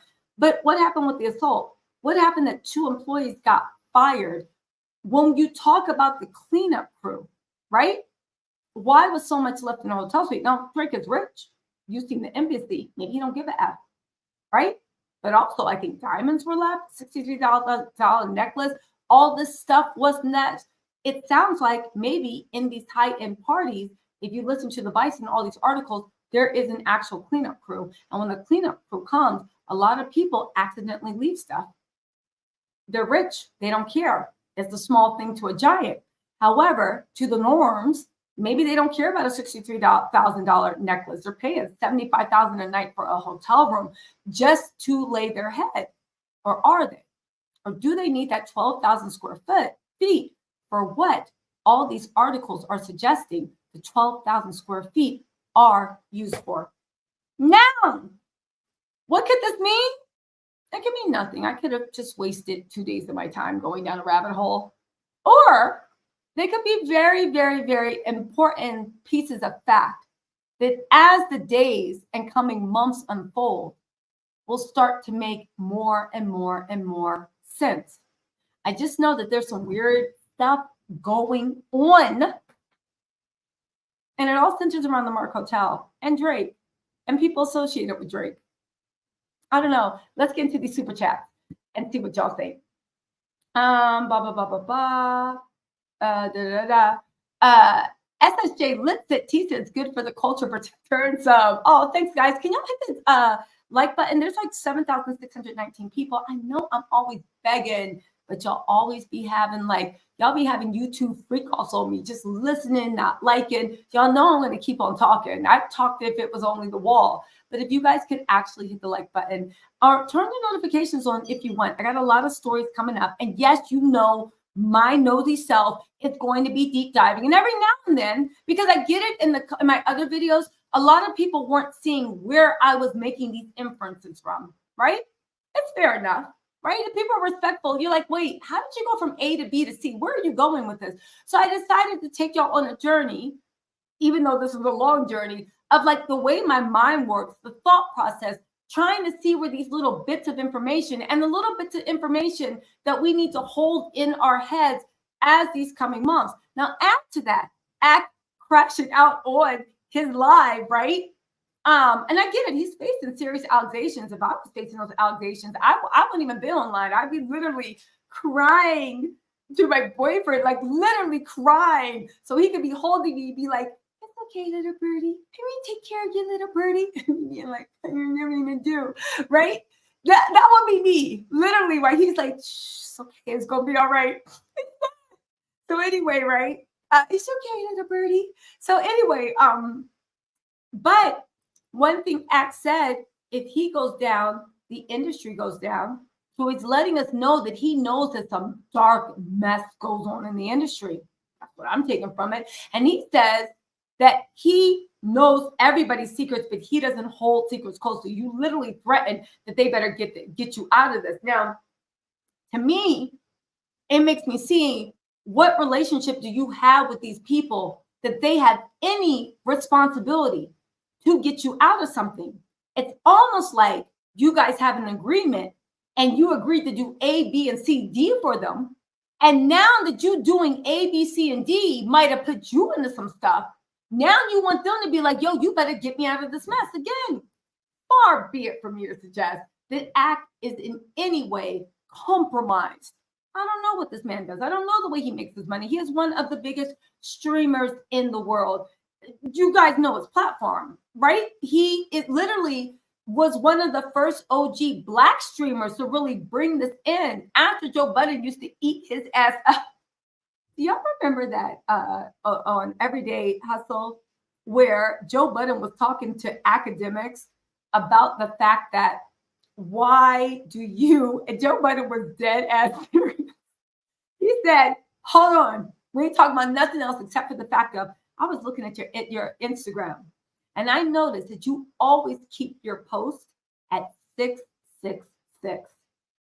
And every time you make a new post, you delete something else. So your post can always see at 666. And I went 666. I want to know why you doing that, Ak. And Ak was like, yo, you ain't never do that? Like, you ain't never do that? Like, please, I don't know. And he was like, no. The question is, are you a Satanist? And Academics was like, and he's like, then why are you doing it? Either you're doing it or someone's doing it. Ak was like, I don't control. And he's like, so it's your people.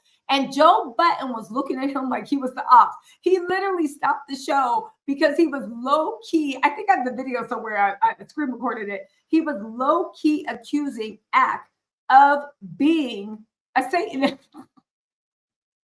Where is that video? Y'all gotta see it. But anyway, let's get back to Ak. Why I'm finding it. So what do we have here? What do we honestly have here? And we got Ak strongly hinting that he is propaganda for an industry he knows is rotten to his core. And if we knew what he knew about that industry, there would be no industry. And this industry better come and protect him. But why would they protect you if y'all get my point, right? Where's Joe Button accusing Ak of being a Satanist? This was one of the funniest clips I've ever seen in my life. Joe Button was, what is this then? No, that's not it. Okay, y'all gonna have to wait because where is it? I got so many videos. They not like us really just did the thing. Hold on, give me one more second. Let me see if I can pull this video up. It's really funny. I promise it's worth your time if I can actually find it. So where we at? We go into the super chats. Let me know what y'all think in the chats. We about to start reading comments because I actually am. Y'all think I'm tripping? Y'all think it's a reach? Or y'all think where there's smoke, there's fire? Again, a lot of stuff I think is going to be revealed. I hope Ebony Prince actually comes on and says. I do know also when it comes to the Drake stuff, that guy, Sean, whatever, said in 2019, Drake's probably going to go down in the next 5 years because he likes him young and it's a problem. And everybody knows and it's getting weird, right? We also know that everybody in the industry, as much as Ak wants to say they're jealous of Drake, maybe, right? But everybody in the industry keeps going right up to that line of about to expose them for something big, and then they back off. We do know that Drake is also a UMG darling. He signed a $400 million contract. However, if he is getting $400 million from it, from all he's doing, that means that the powers that be, UMG and Lucian Grange, is getting double or triple that. Okay, so we have that, right? God, I wish I had that video. Joe Biden was a fool.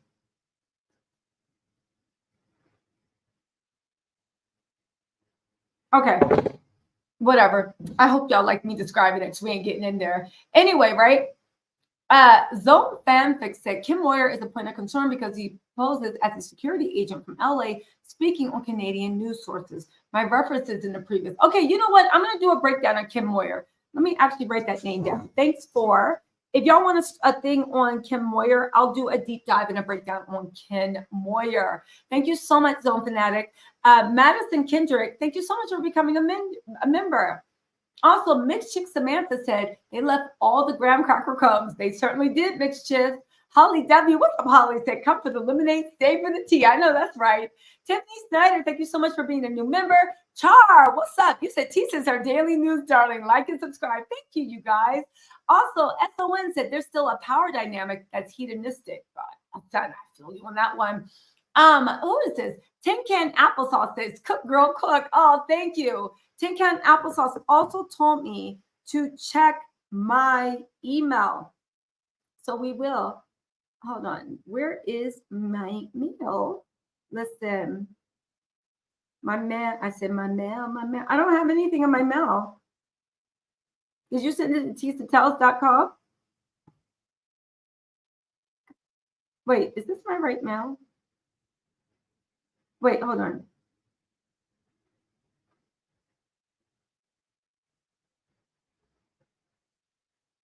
Saucy Sultana, thank you, Valerie. Saucy Sultana actually replied to Academics.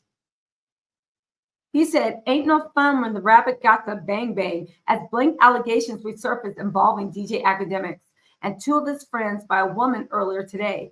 Saucy, who also had a back and forth internet beat with him, also took to his IG and spread the word. Take a look. So what did Santana do?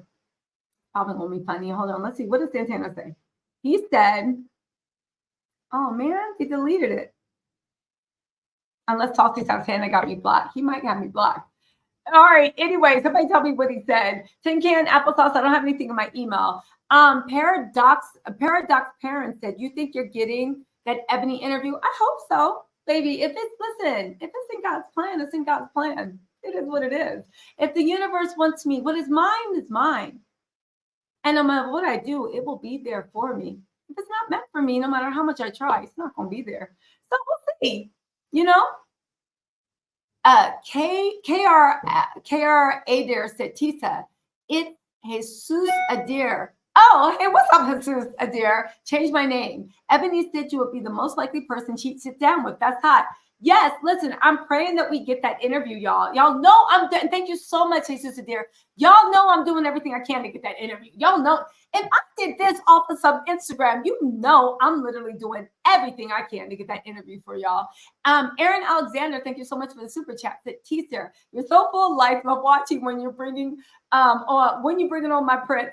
When the prince comes, we will give them a royal rollout. When they come, let's speak it into existence. Y'all on Twitter, go ahead and hit them up and say, you need to do the interview with Tisa. Rita said, he's not a victim, implies something happened. Here's the thing. I agree. The way he said I wasn't violated, it means whatever happened, it was consensual. The making beats part, I just had to laugh because it seemed like whatever you're cheating, whatever will be. What was you doing there? Making beats. Making beats. You don't even have issue on SoundCloud. What you mean you making beats? Anyway, right? Next chick Samantha said, "We're the beats with the bodies. Just make it clap." That wasn't music beats. Listen, they was making something clap. I think. The Heavy Heart Show said, "Telling it like it is." Thank you so much, Mixed Chips and Heavy Heart. We also got Titaleo Smith said, so it was January or July. So two things. That thing with the Mark Suite was January 22nd. January 22nd. There's three things going on. January 22nd. July, right? I believe it was July 7th. Ebony Prince also hinted that something happened July 7th. They also kept focusing in on that Wall Street Journal paper. The date on that paper said May 15th. So there's 3 dates in questions. The January 22nd is the one that everybody is thinking about because that's the one with Chris Alvarez. And we were like, who is that with Drake? What is going on? It just seemed like the opening of like, I don't know, like a German smut film. I don't know. It's just weird. Okay. So that's January 22nd. May 15th is the date on the Wall Street Journal. Now I keep zooming in on that cover screenshots to read it. And I found the article. So I'm reading literally the May 15th Wall Street for 2024, not 2023. So it's January 22nd, 2023. There's also July 7th, 2023. It was proven that Drake was in town. He bought the jewelry. They're implying that there was something that happened in July too. We don't know. That's what we will need Ebony Prince to clarify. Also, the Wall Street Journal has a date that says May 15th, 2024. I haven't figured out the significance of that. Now, why? Well, let's guess. Let's speculate. One, maybe something happened May 15th. I did see that 21 Savage and Drake were supposed to maybe perform at a show on May 15th. I don't know if they performed. I don't know if the dates were moved. Side note, Drake has to perform July 17th in New York. Oof. Gonna take some courage to get out of this stage. What if the whole concert singing, "Oh, the how, now step this way, step this way. Are you my friend? Are you locked in?" Okay, so anyway, right? That's that. But also, maybe he's saying May 15th is the day that Kendrick magically got some information. I don't know, right?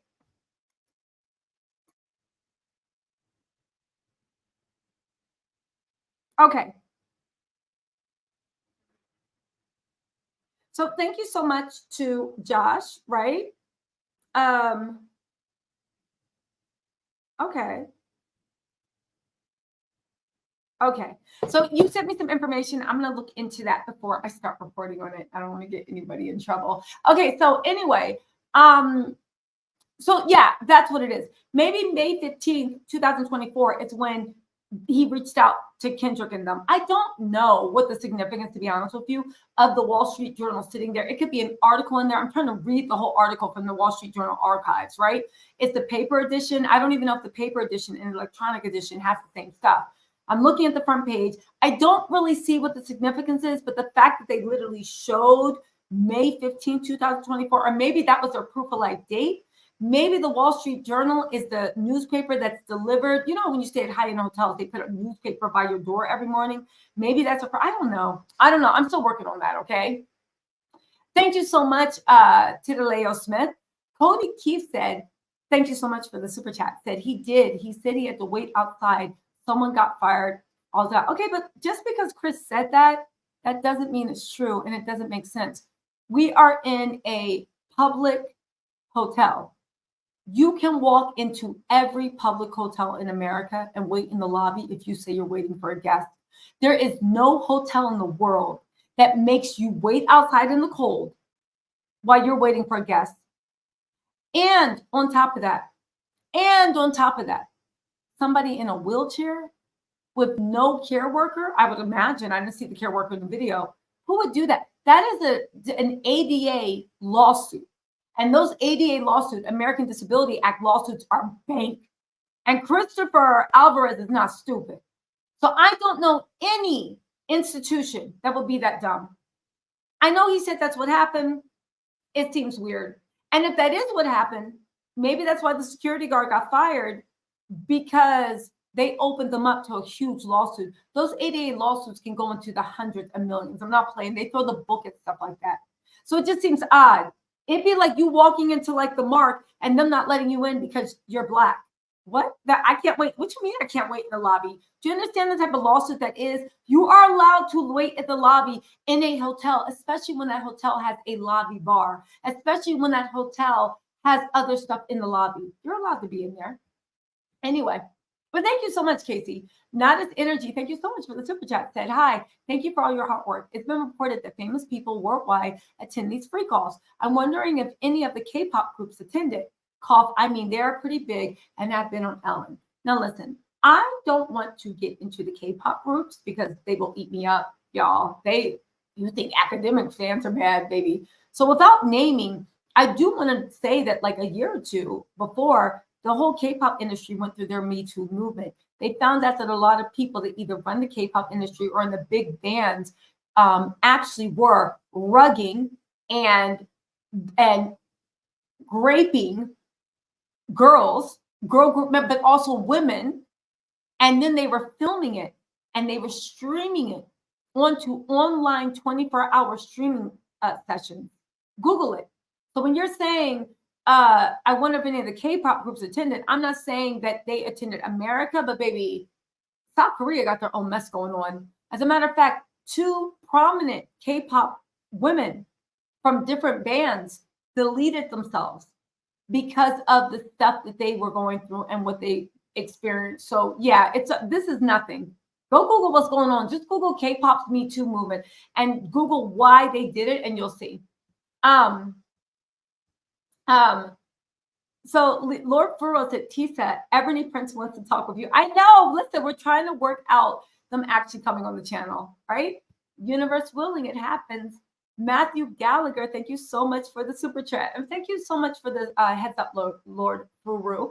Because you know, I be in my own head sometimes. So sometimes if y'all don't tell me stuff, I really don't know. Zone Fanfic said, thanks for the super chat. If I could steal your attention for 2 minutes, I could show you an entirely new angle with Deep State insider actor Kent Moyer. I think we're reading too deep. Into this. This seems time sensitive. Okay. 1 second. I have to finish my live.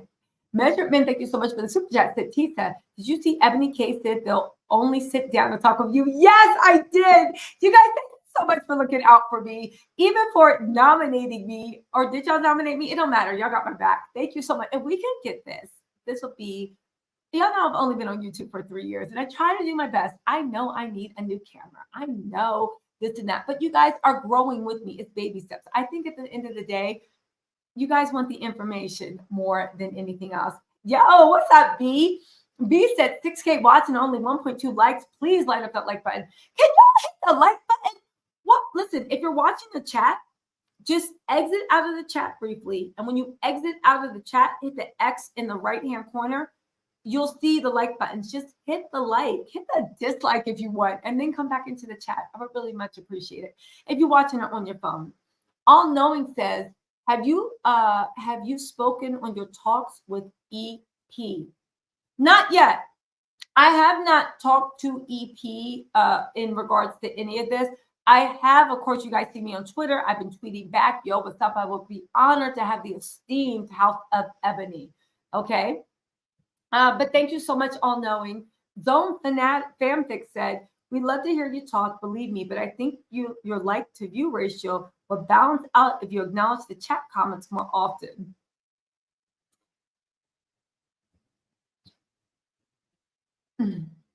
Judge LV, thank you for the super chat, Joe Fanfic. Judge Evie Court said, thank you for gifting the membership. Thank you. Thank you. We need to do better, said, look into Theo Kengakis at the market. Oh, y'all was ahead of me. This was the old super chat. Thank you so much. We need to do better. I hope you did. I hope I did you proud. I hope I did you proud. Mixshift Samantha said, Drake was on them Scooby-Doo snacks and left the graham cracker crumbs. Little did he know the cleanup crew picked up every piece. 70K for a night is about to make him pay way more after this. Drooling light bright is a mark. Yo. Measured Men said, give Wendy Williams her flowers once again. She warned us. Yo, did Wendy warn us about Drake? Did she? I believe it. She warned us about Diddy. She warned us about a lot of people.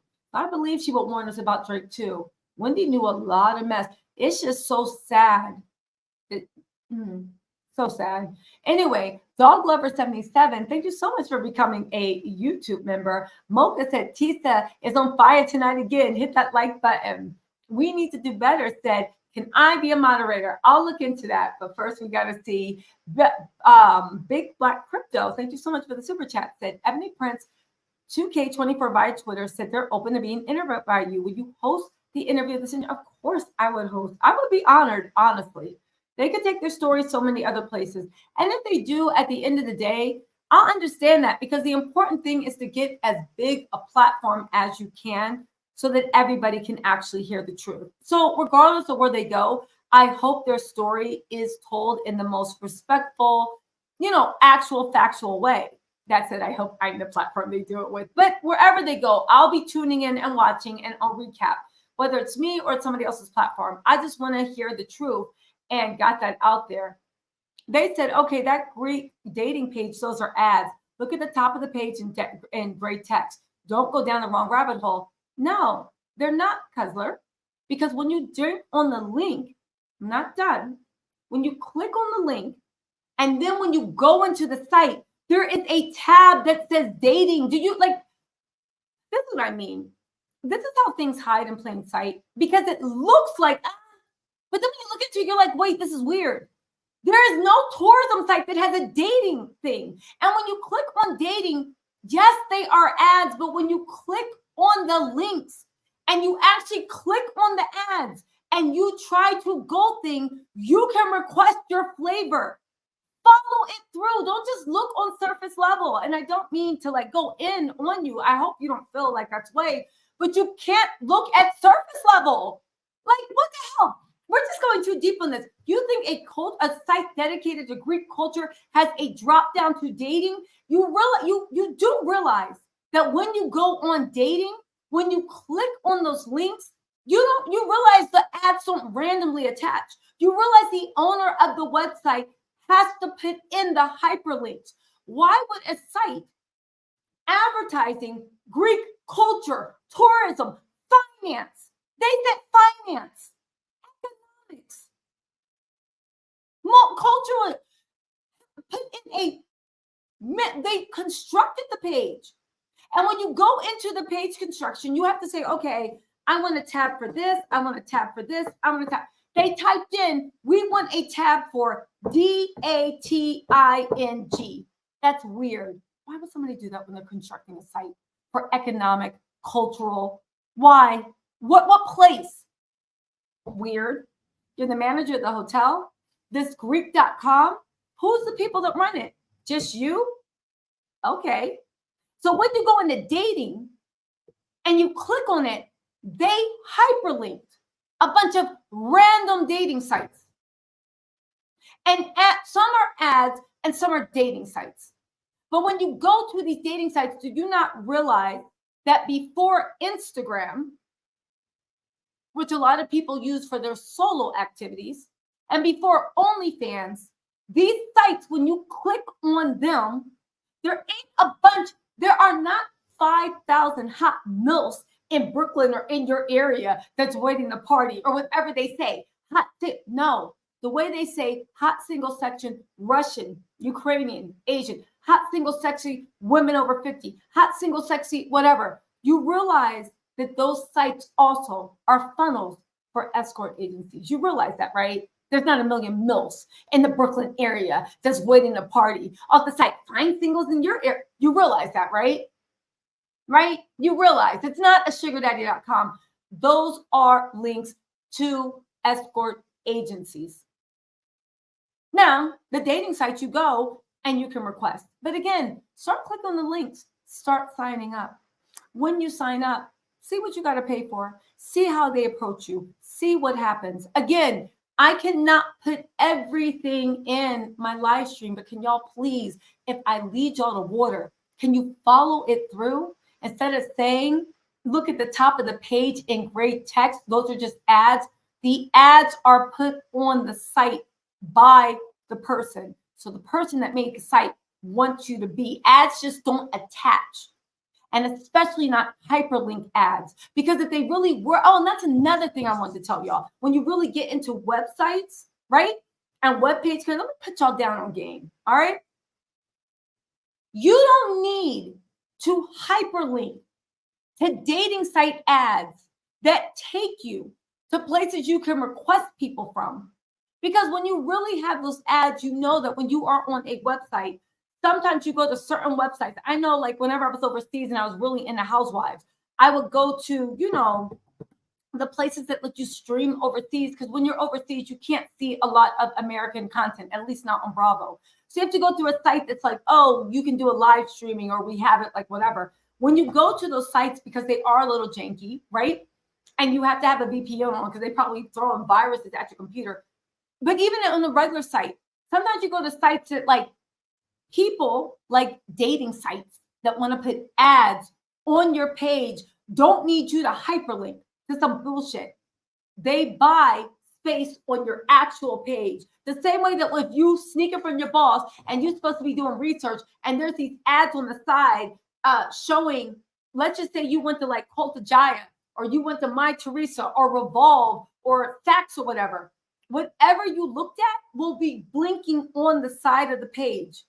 Oh, did you forget something? Something in your cart. Anything you looked at on their page will be clicking on. If they want to advertise singles, we've all seen it. Hot milfs in your area, ready to party. We're 18, but they're not in a goddamn hyperlink.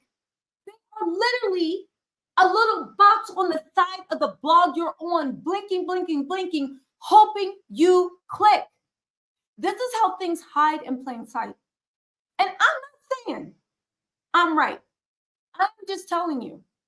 I believe that this is how things hide in plain sight. It looks good on the surface. But when you actually start thinking about it, when you actually start breaking it down, when you actually be like, wait a second, that makes no sense. If it was an ad, it would be on the page. When's the last time you've seen hyperlinks for ads? You're sending them to the site and you're sending them for a reason. The fact that that even drop down even exists on the site is sus as F. Because if they really wanted to have ads, they would pay you to actually post an MFN ad on the side and the top banner of your blog, the same way every other blog does it. Anyway, Thank you so much for the super chat. Ty, thank you so much for becoming a member. Lord Racer, thank you so much for the super chat. You said, Ebony Prince, reveal thyself. And Halo from Anaheim, California. That's right. Reveal thyself. Blue Exodius, thank you so much for the super chat. Oh, thank you. Thank you so much. That is such a compliment. And thank you for saying I'm doing a great job. You guys flatter me. Thank you. Lord Racer, thank you so much for becoming a YouTube member. Matthew Gallagher said Chris Alvarez literally posted his article on his IG with Drake singing, they know. I think he's trying to tell us something low key. Listen, I'll say this about Chris Alvarez. He said nothing happened. And let's just thank God nothing happened. Honestly, like as much as slow people were like, oh, you sound like just the people that don't have any conversation. Why you sound disappointed? That wasn't my disappointed voice. That's and I realized because people that lack comprehension skills, that they don't see my face and see my expressions, they can't read cues from my voice. That is yeah, something's not adding up. But because you just brought up the graping of disabled men and women, this ain't the time to actually say something. Congratulations, you shut me up. You know, like I said, I come in 4 a.m. in the morning, 5 a.m. in the morning, hair just messed up, looking like, huh? What? Huh? Coming in just looking like, who shot what? Right? Who shot he for what? And my man's like, where you been? And I'm like, I've been here for 3 weeks. Even though I didn't answer the question about where I've been, right? Even though I didn't answer that question, I effectively shut him up. Because who's going to argue with someone when they start screaming that they've been in chemo for 3 weeks? Only the biggest asshole. All you can do is be like, yeah, all right, you was making beats. All right, let's get some sleep. You can't start an argument with somebody who's bringing up the fact. You know, you can't start an argument. You can't even question. It just backs people up, which I think that was the intended thing by bringing that up. Is that whole invoke empathy, bring up something horrible and then stand behind it. Okay, you said all that, but if you weren't violent, what does that have to do with anything? And even to the point of being dehumanized. But you said you weren't following anything. So why did you just come out and say, I did not engage? First of all, I did not engage in any blank activity, any this. And anybody that says it is committing defamation. That's all you would have to say. He's a reporter. He knows this. He knows the way statements work. The fact that he didn't, that was his choice. But oh, what a choice it was. All right. But that said, I do not believe that he was violated. And that's a great thing. That's the last thing we need. There's too many people already popping up saying they were.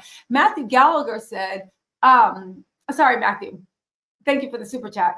I meant to go to Brady. Brady Cake said, thank you, Tisa, for spilling the tea. You know, Ebony Prince's Twitter shouted you out today and said you would be someone he would talk to. I have reached out, guys. I'm waiting to hear back. Maria, thank you so much for the generous super chat. You said, Tisa, you did your thing tonight. Love watching you. Thank you, Maria. Listen, I know I'll be taking you and running my mouth. For the people that like shorter videos, I'll start doing 10-minute breakdowns of everything I talked about in live. But if you guys listen, I love listening to long lives or even podcasts when I gotta wash my hair, clean the house. I know my boyfriend in the back like, who clean a White House, right? But when I gotta do stuff or when I'm taking my daily walks or in the grocery store or just when I don't feel like being bothered with anybody, I love listening to longer form. And y'all know I'm long-winded, so. Thank you so much for the generous super chat, Maria. I appreciate you. Bradley Cakes said, oh wait, we already went there. Sorry, y'all. Let me get this out. Did you put the same thing in, Bradley Cakes? Thank you again for shouting me out, though. Said, I will reach out. Thank you. Nazareth. What's up, Nazareth? Thank you so much for the super chat. Alex Tardif said, thanks for covering this. You told the story much better than I did. You're welcome, Alex. You're welcome. Hello Kitty University. Thank you so much for the super chat. You said great work. Y'all capping me up. I love it. Can you guys hit that like button, please? This guy, Trademark, became a member. Thank you so much, this guy. You trademarked. Let's see. Oh, Dread Mega, yo, thank you so much for the super sticker. Also, Takini Brown said, Tisa girl, this is your favorite nurse. Yo, shout out to all the nurses, whether you working, whether you getting ready for work, or whether you waking up watching this on replay. Shout out to all the work nurses that make things happen, and for National Nurse Week. You said this is your favorite nurse. I'm at work, earbuds in, covered with hair. You know I had to be there for this. That's right, you locked in. Thank you so much, Taniki. Appreciate it. Chris Maniotis said, what about the blind items? They wild for real. I posted videos with every blind item about Drake from 2013 to present. They wild, especially that mess about Dutch Belly. Landon Willis said, why use two distinct newspapers in the EP videos? Chris Alvarez wrote for the first one, used in the video, including him, then used a different one later. What do you mean? In the EP videos.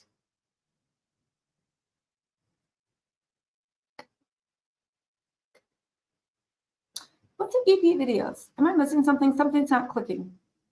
Why use two distinct newspapers? Let me jump into the chat. What's the EP videos? Can y'all let me know?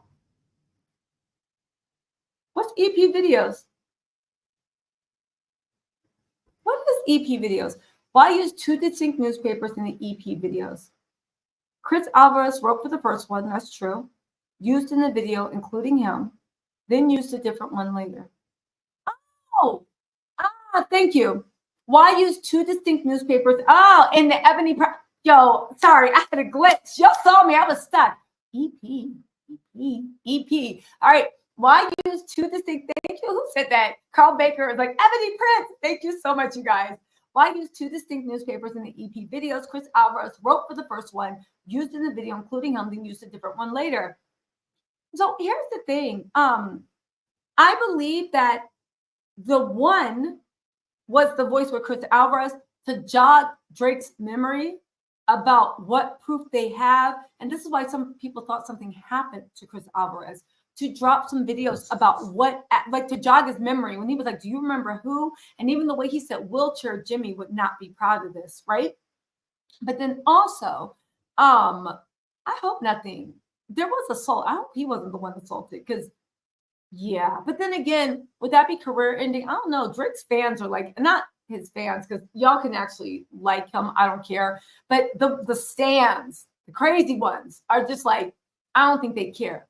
But also, the second one, and that's the thing, the second newspaper means something, but I haven't figured out what it means. But I believe that if what they're alleging is true, Drake knows what it means, and Drake's team knows what it means. You know what I'm saying? Y'all know what I'm saying. Anyway, Landon, thank you for the riddle. Y'all like, Tisa, you went down this whole rabbit hole, and the one thing that got you stuck is EP. I was really stuck. Anyway, Nadi Kiki is 68. Thank you for the super chat. Said, Tisa, the January Alvarez situation is completely different from the July Theodore Minor issue. No, I know it's completely different. I'm just saying. So I thank you for pointing out. For everybody that knows this, January is different from the July, which is January 2023 is different from the July 2023 incident, which is different from the May 15, 2024. Sorry, guys. I know sometimes I think y'all are locked in. I try to explain every single step, but I already know y'all already there. But you know, y'all know. All right. But thank you so much, Nadi, for pointing that out. Okay. Cheryl Holland said, Alvarez said he wasn't violated. Doesn't mean no one else was. Well, that's true. I would Alvarez, again, he doesn't have to, but I think it would be illuminating if Alvarez could actually shed more light on why the police were called. Alvarez could shed more light on why he was waiting outside in the cold, freezing. Alvarez could shed more light over Drake calling him over. Alvarez could shed more light as to what time he left. I'm interested to know, what time did you leave and who was with you? Did you have a care nurse? You have a ventilator? I'm just curious. I'm curious. None of my business, but since he wants to talk about it, I'm curious. Marlon said, ever wondered if you have OB hoes in your audience? You low-key deep into this, especially after Ebony mentioned you. Regardless, love your work. Say OB hoes. OB hoes, I'm sad this way. Are you my friend? Are you locked in? Now, listen, Kendrick made a West Coast banger with that one. Juneteenth, everybody gonna be locked in. I the star, I star. Thank you so much for the super sticker. To Kistimo said, Tess, you're amazing and excellent with the facts. Thank you so much. Blurred Lines, thank you so much for the super sticker. Hey, what's up, Blurred Lines? Natasha, we gotta talk. Sorry, Natanya, we gotta talk. Darius Scott said, Tisa, you're one of the hardest workers on YouTube. I love watching your reports because you have all the damn tea. Oh, thank you, Darius. I appreciate that. And thank you for the super chat. Also, Shan said, look up Hotel Jacumba. And one of Ebony's tweets, he made a reference to Mr. Allen, DJ Act, a Jamaican connect, and a few more crawling through a hole. Oh, wow. We're going to have to look that up. Thank you so much, Shan. Lord Fufu said, maybe Chris was involved. Listen, the one thing we can be grateful of, whatever happened, it was consensual on Chris's part. So thank God, ain't nobody praying anybody is getting violated. If you know my channel at all, you know that ain't the thing. We are looking for anti-violations. You know what I'm saying? So good thing he wasn't, but baby, if somebody was, this is a channel to come because yes, I will give you a platform because no. Jessica Taylor, thank you so much for the super chat. Also, I want to thank Tina Marie 147. Thank you for the super chicker. Alyssa Christian, thank you so much for becoming a member. Also, ASAP Zerg said, you're my main person I go to for laughs and facts all day long. Oh, thank you, ASAP Zerg. Y said, Ebony Prince 2K24 replied to on Twitter asking where you are located. Also, Lala M, thank you for becoming a YouTube member. I appreciate it. I appreciate it. I appreciate it. Anyway, y'all, what do y'all think? Let's jump into these chats really quick. What do y'all think what's going on? What is going on? What is going on? Today is May 15th. Hold on. I have pictures. Today's May 15th. Hold on.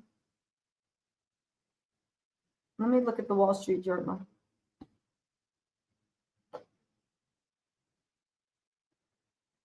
Oh, sorry. It was blurry. So it's May 12th or 13th, 2024. Oh, so maybe that's the date they started posting. We just figured it out. So today, y'all know my relationship with time and space is a little fuzzy. So it looks like it's May. Wait. No, sorry. It's May because I'm looking at screenshots from the video. They're a little fuzzy. It's May 13th, 2024. Okay. So I think this was when they showed the Wall Street Journal. I'm thinking it was proof of life. And he was showing that everything he had was recent. And the whole point of having Wall Street Journal was to let him know that the date was May 13th, 2024. All right. Listen. All right. Let's get it. Okay. Let's get it. So let me get back in here really quickly. There's a few other things. Lala M, thank you so much for becoming a YouTube member. Also, Michelle said, in my opinion, Ak and Drake are just like Diddy. They all need to be excused for their abuse. Thank you for putting the truth out. Love your tea. It's my fave. Listen, Ak says he's innocent. I hope he is. Diddy says he's innocent. I would honestly rather somebody be lying and not a victim than having a victim and them just having to be concentrated on money. The whole point isn't salacious. It's like, ooh, this isn't a video game. This is people's lives. I do know that as a woman, and this applies to men too, right? Even though men keep it more quiet because, the way society's set up, if you can expose someone getting hurt or hurting other people, maybe it's too late to save that person and they're going to have to deal with it and go through therapy and try to heal. But by putting the word out, if there's truth, you can save a lot of other people from going down that road. Because I'm sure, let's just say that the accusations against Ak are proven to be true, right? In a court of law. This makes it a cautionary tale for the next girl. Now, she or man, I don't know. They might not care. That's fine, but at least there's now a warning sign. So you might not be able to save everybody, but you saved somebody, somebody's sister, mother, brother. But Those things are like when you skip pebbles on water and those little echoes they make on the water, right? When something like that happens, it creates generational trauma. Generational trauma. Generational trauma. So if you can stop generational trauma from forming in the fact that somebody using somebody's body as a party favor, why wouldn't you? What does it cost you? What does it cost you? Anyway, and let me tell y'all something. For anybody being like, oh my God, then they're going to have to rebuild. If they are proven innocent, we see from Johnny Depp and everywhere else, again, I believe the victims, right? It has to be proven in court of law. I'm not telling you to believe the victims. You can believe whatever you want it. But in the society we live in America, if act or whatever is found innocent, because there's a chance he is innocent, right? I don't know, right? I just know what I read and what I believe and what I don't believe. I'm not a fortune teller. I wasn't there. I don't know the people personally, right? Just one person's case, which what they said, story doesn't seem to be changed, and Act changes the story every time he goes live. But maybe it's because he's nervous. Maybe when he gets nervous, he doesn't think too well, but that doesn't mean that he's guilty. There's lots of people on the spot can't think. They need time to assimilate and then they can move forward. It's fine. It's just the way people are put together. But just like Johnny Depp, you can easily be vindicated. Like, stop. But whatever. That's a story for a different thing. And anyway, Timothy Timmy said, tell Ebony to follow you back so y'all can DM. Also, the truth is in the rabbit hole said, I have all connections, Epstein and Diddy. BET should not be white owned. Truth is in the rabbit hole. YouTube, get loud, people. All right. Sunset, thank you so much. Truth is in the rabbit hole. Sun said, Truth is in the rabbit hole is on YouTube. Go ahead and give check out Truth is in the rabbit hole and see if they talk about anything. Also, hold on. SON said, being extremely disabled can be expensive. I don't know. Yo, being extremely disabled is expensive. It is. It is. Having any type of disabilities already, but extremely disabled, when you need care workers and nurses, it's incredibly expensive. Incredibly. Okay. And Chris Alvarez is doing what he needs to do to actually make ends meet. I don't judge. Do what you got to do. Get in where you fit in. YCA, thank you so much. I'm sorry. Why? Thank you so much for Super Chat. You said you should reply to Ebony Prince and set up an interview. Truth needs to come out. I've contacted them. Don't worry. We're going to try to my best to set something up. Also, Sandy, thank you so much for the Super Chat. You said you forgot an important connection. Okay. The same lawyers for Epstein's cellmate case are working with the Mark. Really? Oh, wow. Sandy, thank you for contributing to the chat. Y'all, wake up. The last thing I'm going to leave y'all with. Sandy said I forgot an important connection.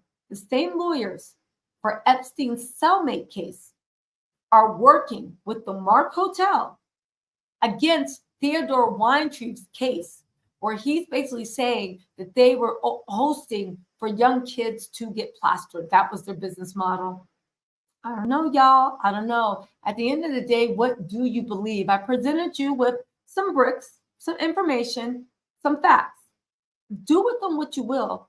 Connect with them. But as I start to make more connections, I'll start going live more to show these connections. Until then, please stay safe. Keep the ones that you love safe. And at the end of the day, you know, I'm not going to get on my preachy thing, but at the end of the day, just beware of false idols. Beware of false idols. At the end of the day, beware of false idols. Never put anything above your safety or the safety of others. I'm sick of people being like, you don't owe, the world owes you nothing. I don't believe that. I believe that as humans, for society to function, we owe each other a lot. I saw a meme, kindness, compassion. We owe each other honesty. We owe each other humanity. We owe each other dignity.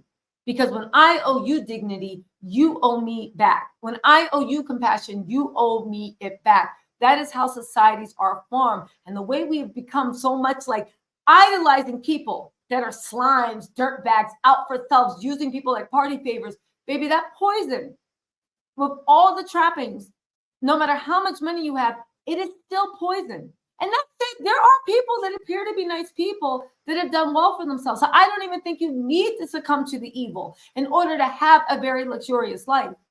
But at the end of the day, I do think we owe each other a lot. We owe each other what it means to be human. And I don't understand why that's so hard for some people. But what do I know, right? You can tell they ain't invited me to the freak offs because I would be like, girl, you don't have to do this, right? You don't have to do this. I would be having counseling sessions. You don't have to do this, girl. What happened? You don't have to do this. Talk to me. What happened? Listen, I know your mom wasn't there. I know your father was a slime. I would be having counseling sessions trying to save people. So y'all know me. So they already ain't invited me to the freak offs because I'm a buzzkill. Anyway, Demi Albee said, anyway, today is my birthday. Happy birthday, Demi. Send some love to Demi in the chat. And I'm spending it with Miss. She put my business on blast. Tita tells in the game. Take a shot for me. No Drake. Yo, don't take shots for anybody. Unless you got, listen, we're going to have to bring back flasks. Remember when the old heads, our granddaddies, where they would be like a little sip of something. Grandpa, what's that? Just a little sippy sip. Can I have some?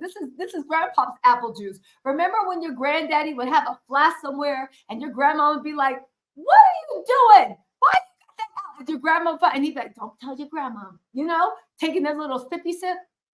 Ladies and men, because we know with the puppy stuff, it's a cold world. We need to start bring back flasks. Bring your own drinks. Don't even use anybody's shot glass. Somebody says you want to take a shot, hold on and keep that flask tucked in. What you want? Why are you dancing so close? We need to start bringing back flasks into America. I believe that is the only way for a man or woman to truly be safe. Bring your own bottle and make sure as soon as you're done drinking with that flask, you tuck it in somewhere that if somebody tries to reach in and grab it, you're going to be like, what are you doing, sir? Right? Men, tuck it a little lower. So if anybody tries to grab it, you know when it's being tampered with. I'm telling you, let's bring back flasks. Maybe that's why our granddaddies, right, had flasks because they knew. They knew. Don't trust nobody. Just take a quick swig and put it back in. I'm just saying, Demi, but take a shot for your birthday. If anybody has shots by them, please take a shot for Demi. Let's bring back flasks. We need to bring back flasks. Listen, who said I always bring my flasks to the club? That I know that's right. Ola Burr said I always took my flasks into the club. Listen, we need to seriously bring back having flasks. I don't know what the bars are going to do. Nobody's going to buy drinks. You need to start figuring out a way that there's not spiked bottles in the club. And when that happens, you can get your they should actually even make laws that if somebody's drinks are spiked in the club temporarily loses its liquor license until they keep better control of what's going on. I'm just saying. Bring back flasks. Bring back flasks. It's a way for women and men to stay safe. Listen. Yeah, you can't trust bartenders either. They might be in it. Say happy birthday to our Taurus queen, Demi. All right, y'all, let me get out of here. I'll try to do a few smaller videos tonight. If not, it's going to be a heavy upload day tomorrow. I'll talk to y'all later. Bye, everybody.